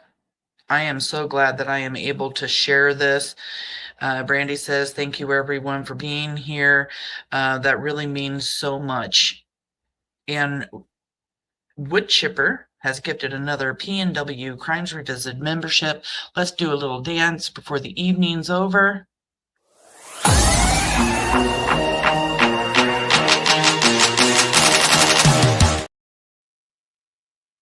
Thank you guys all so much for being here, for supporting the Vaughn family. I really do appreciate everybody that's came in tonight. Again, we're going to just put up Michael's picture for just a minute. If you have any tips about Michael Vaughn's abduction from July 27th, 2021 in Fruitland, Idaho, please call the tip line at 208-642-6006 or email findmichael@fruitland.org. Any information leading to the location where Michael is now, because he was removed from the Wanderer's backyard to an unknown location, there is a reward over $50,000. The named suspects are STACEY Wondra, Sarah Wondra, Adrian Lucian, and Brandon Shirtliff. Any information, doesn't matter how big or small, can be an amazing tip. This family needs peace.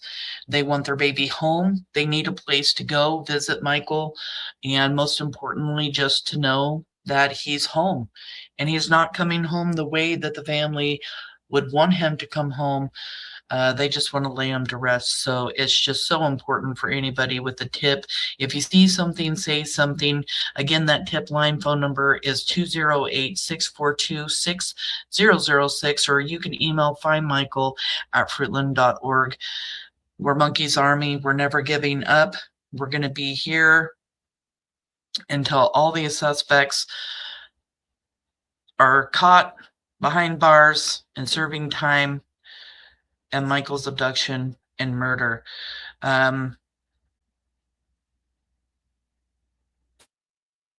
love you guys all so very, very much. And I know that the Vaughn family, you know, is so thankful that you show up every time and that you are a part of Monkey's Army. Thank you guys so much for giving support. It really means a lot. It really does. I want everybody to know that we're going to have an amazing week going over all of this, but you have to protect your mental health. There will be some information shared coming up that may not be what you want to hear, but, you know, it's information that is going to be, you know, that you'll hear from the preliminary hearing. And Mama, I hope you're able to get some more rest. Brandy's finally feeling a little bit better from her cold, but this has been very difficult for the Vaughns, and I love you guys. We're always sending prayers your way, and yes, go watch that replay. We'll be playing the rest of the preliminary hearing in its entirety for those that have missed it, and we'll leave here just sharing Michael. I love you guys. I hope everybody has an amazing night. Thank you so much for being here.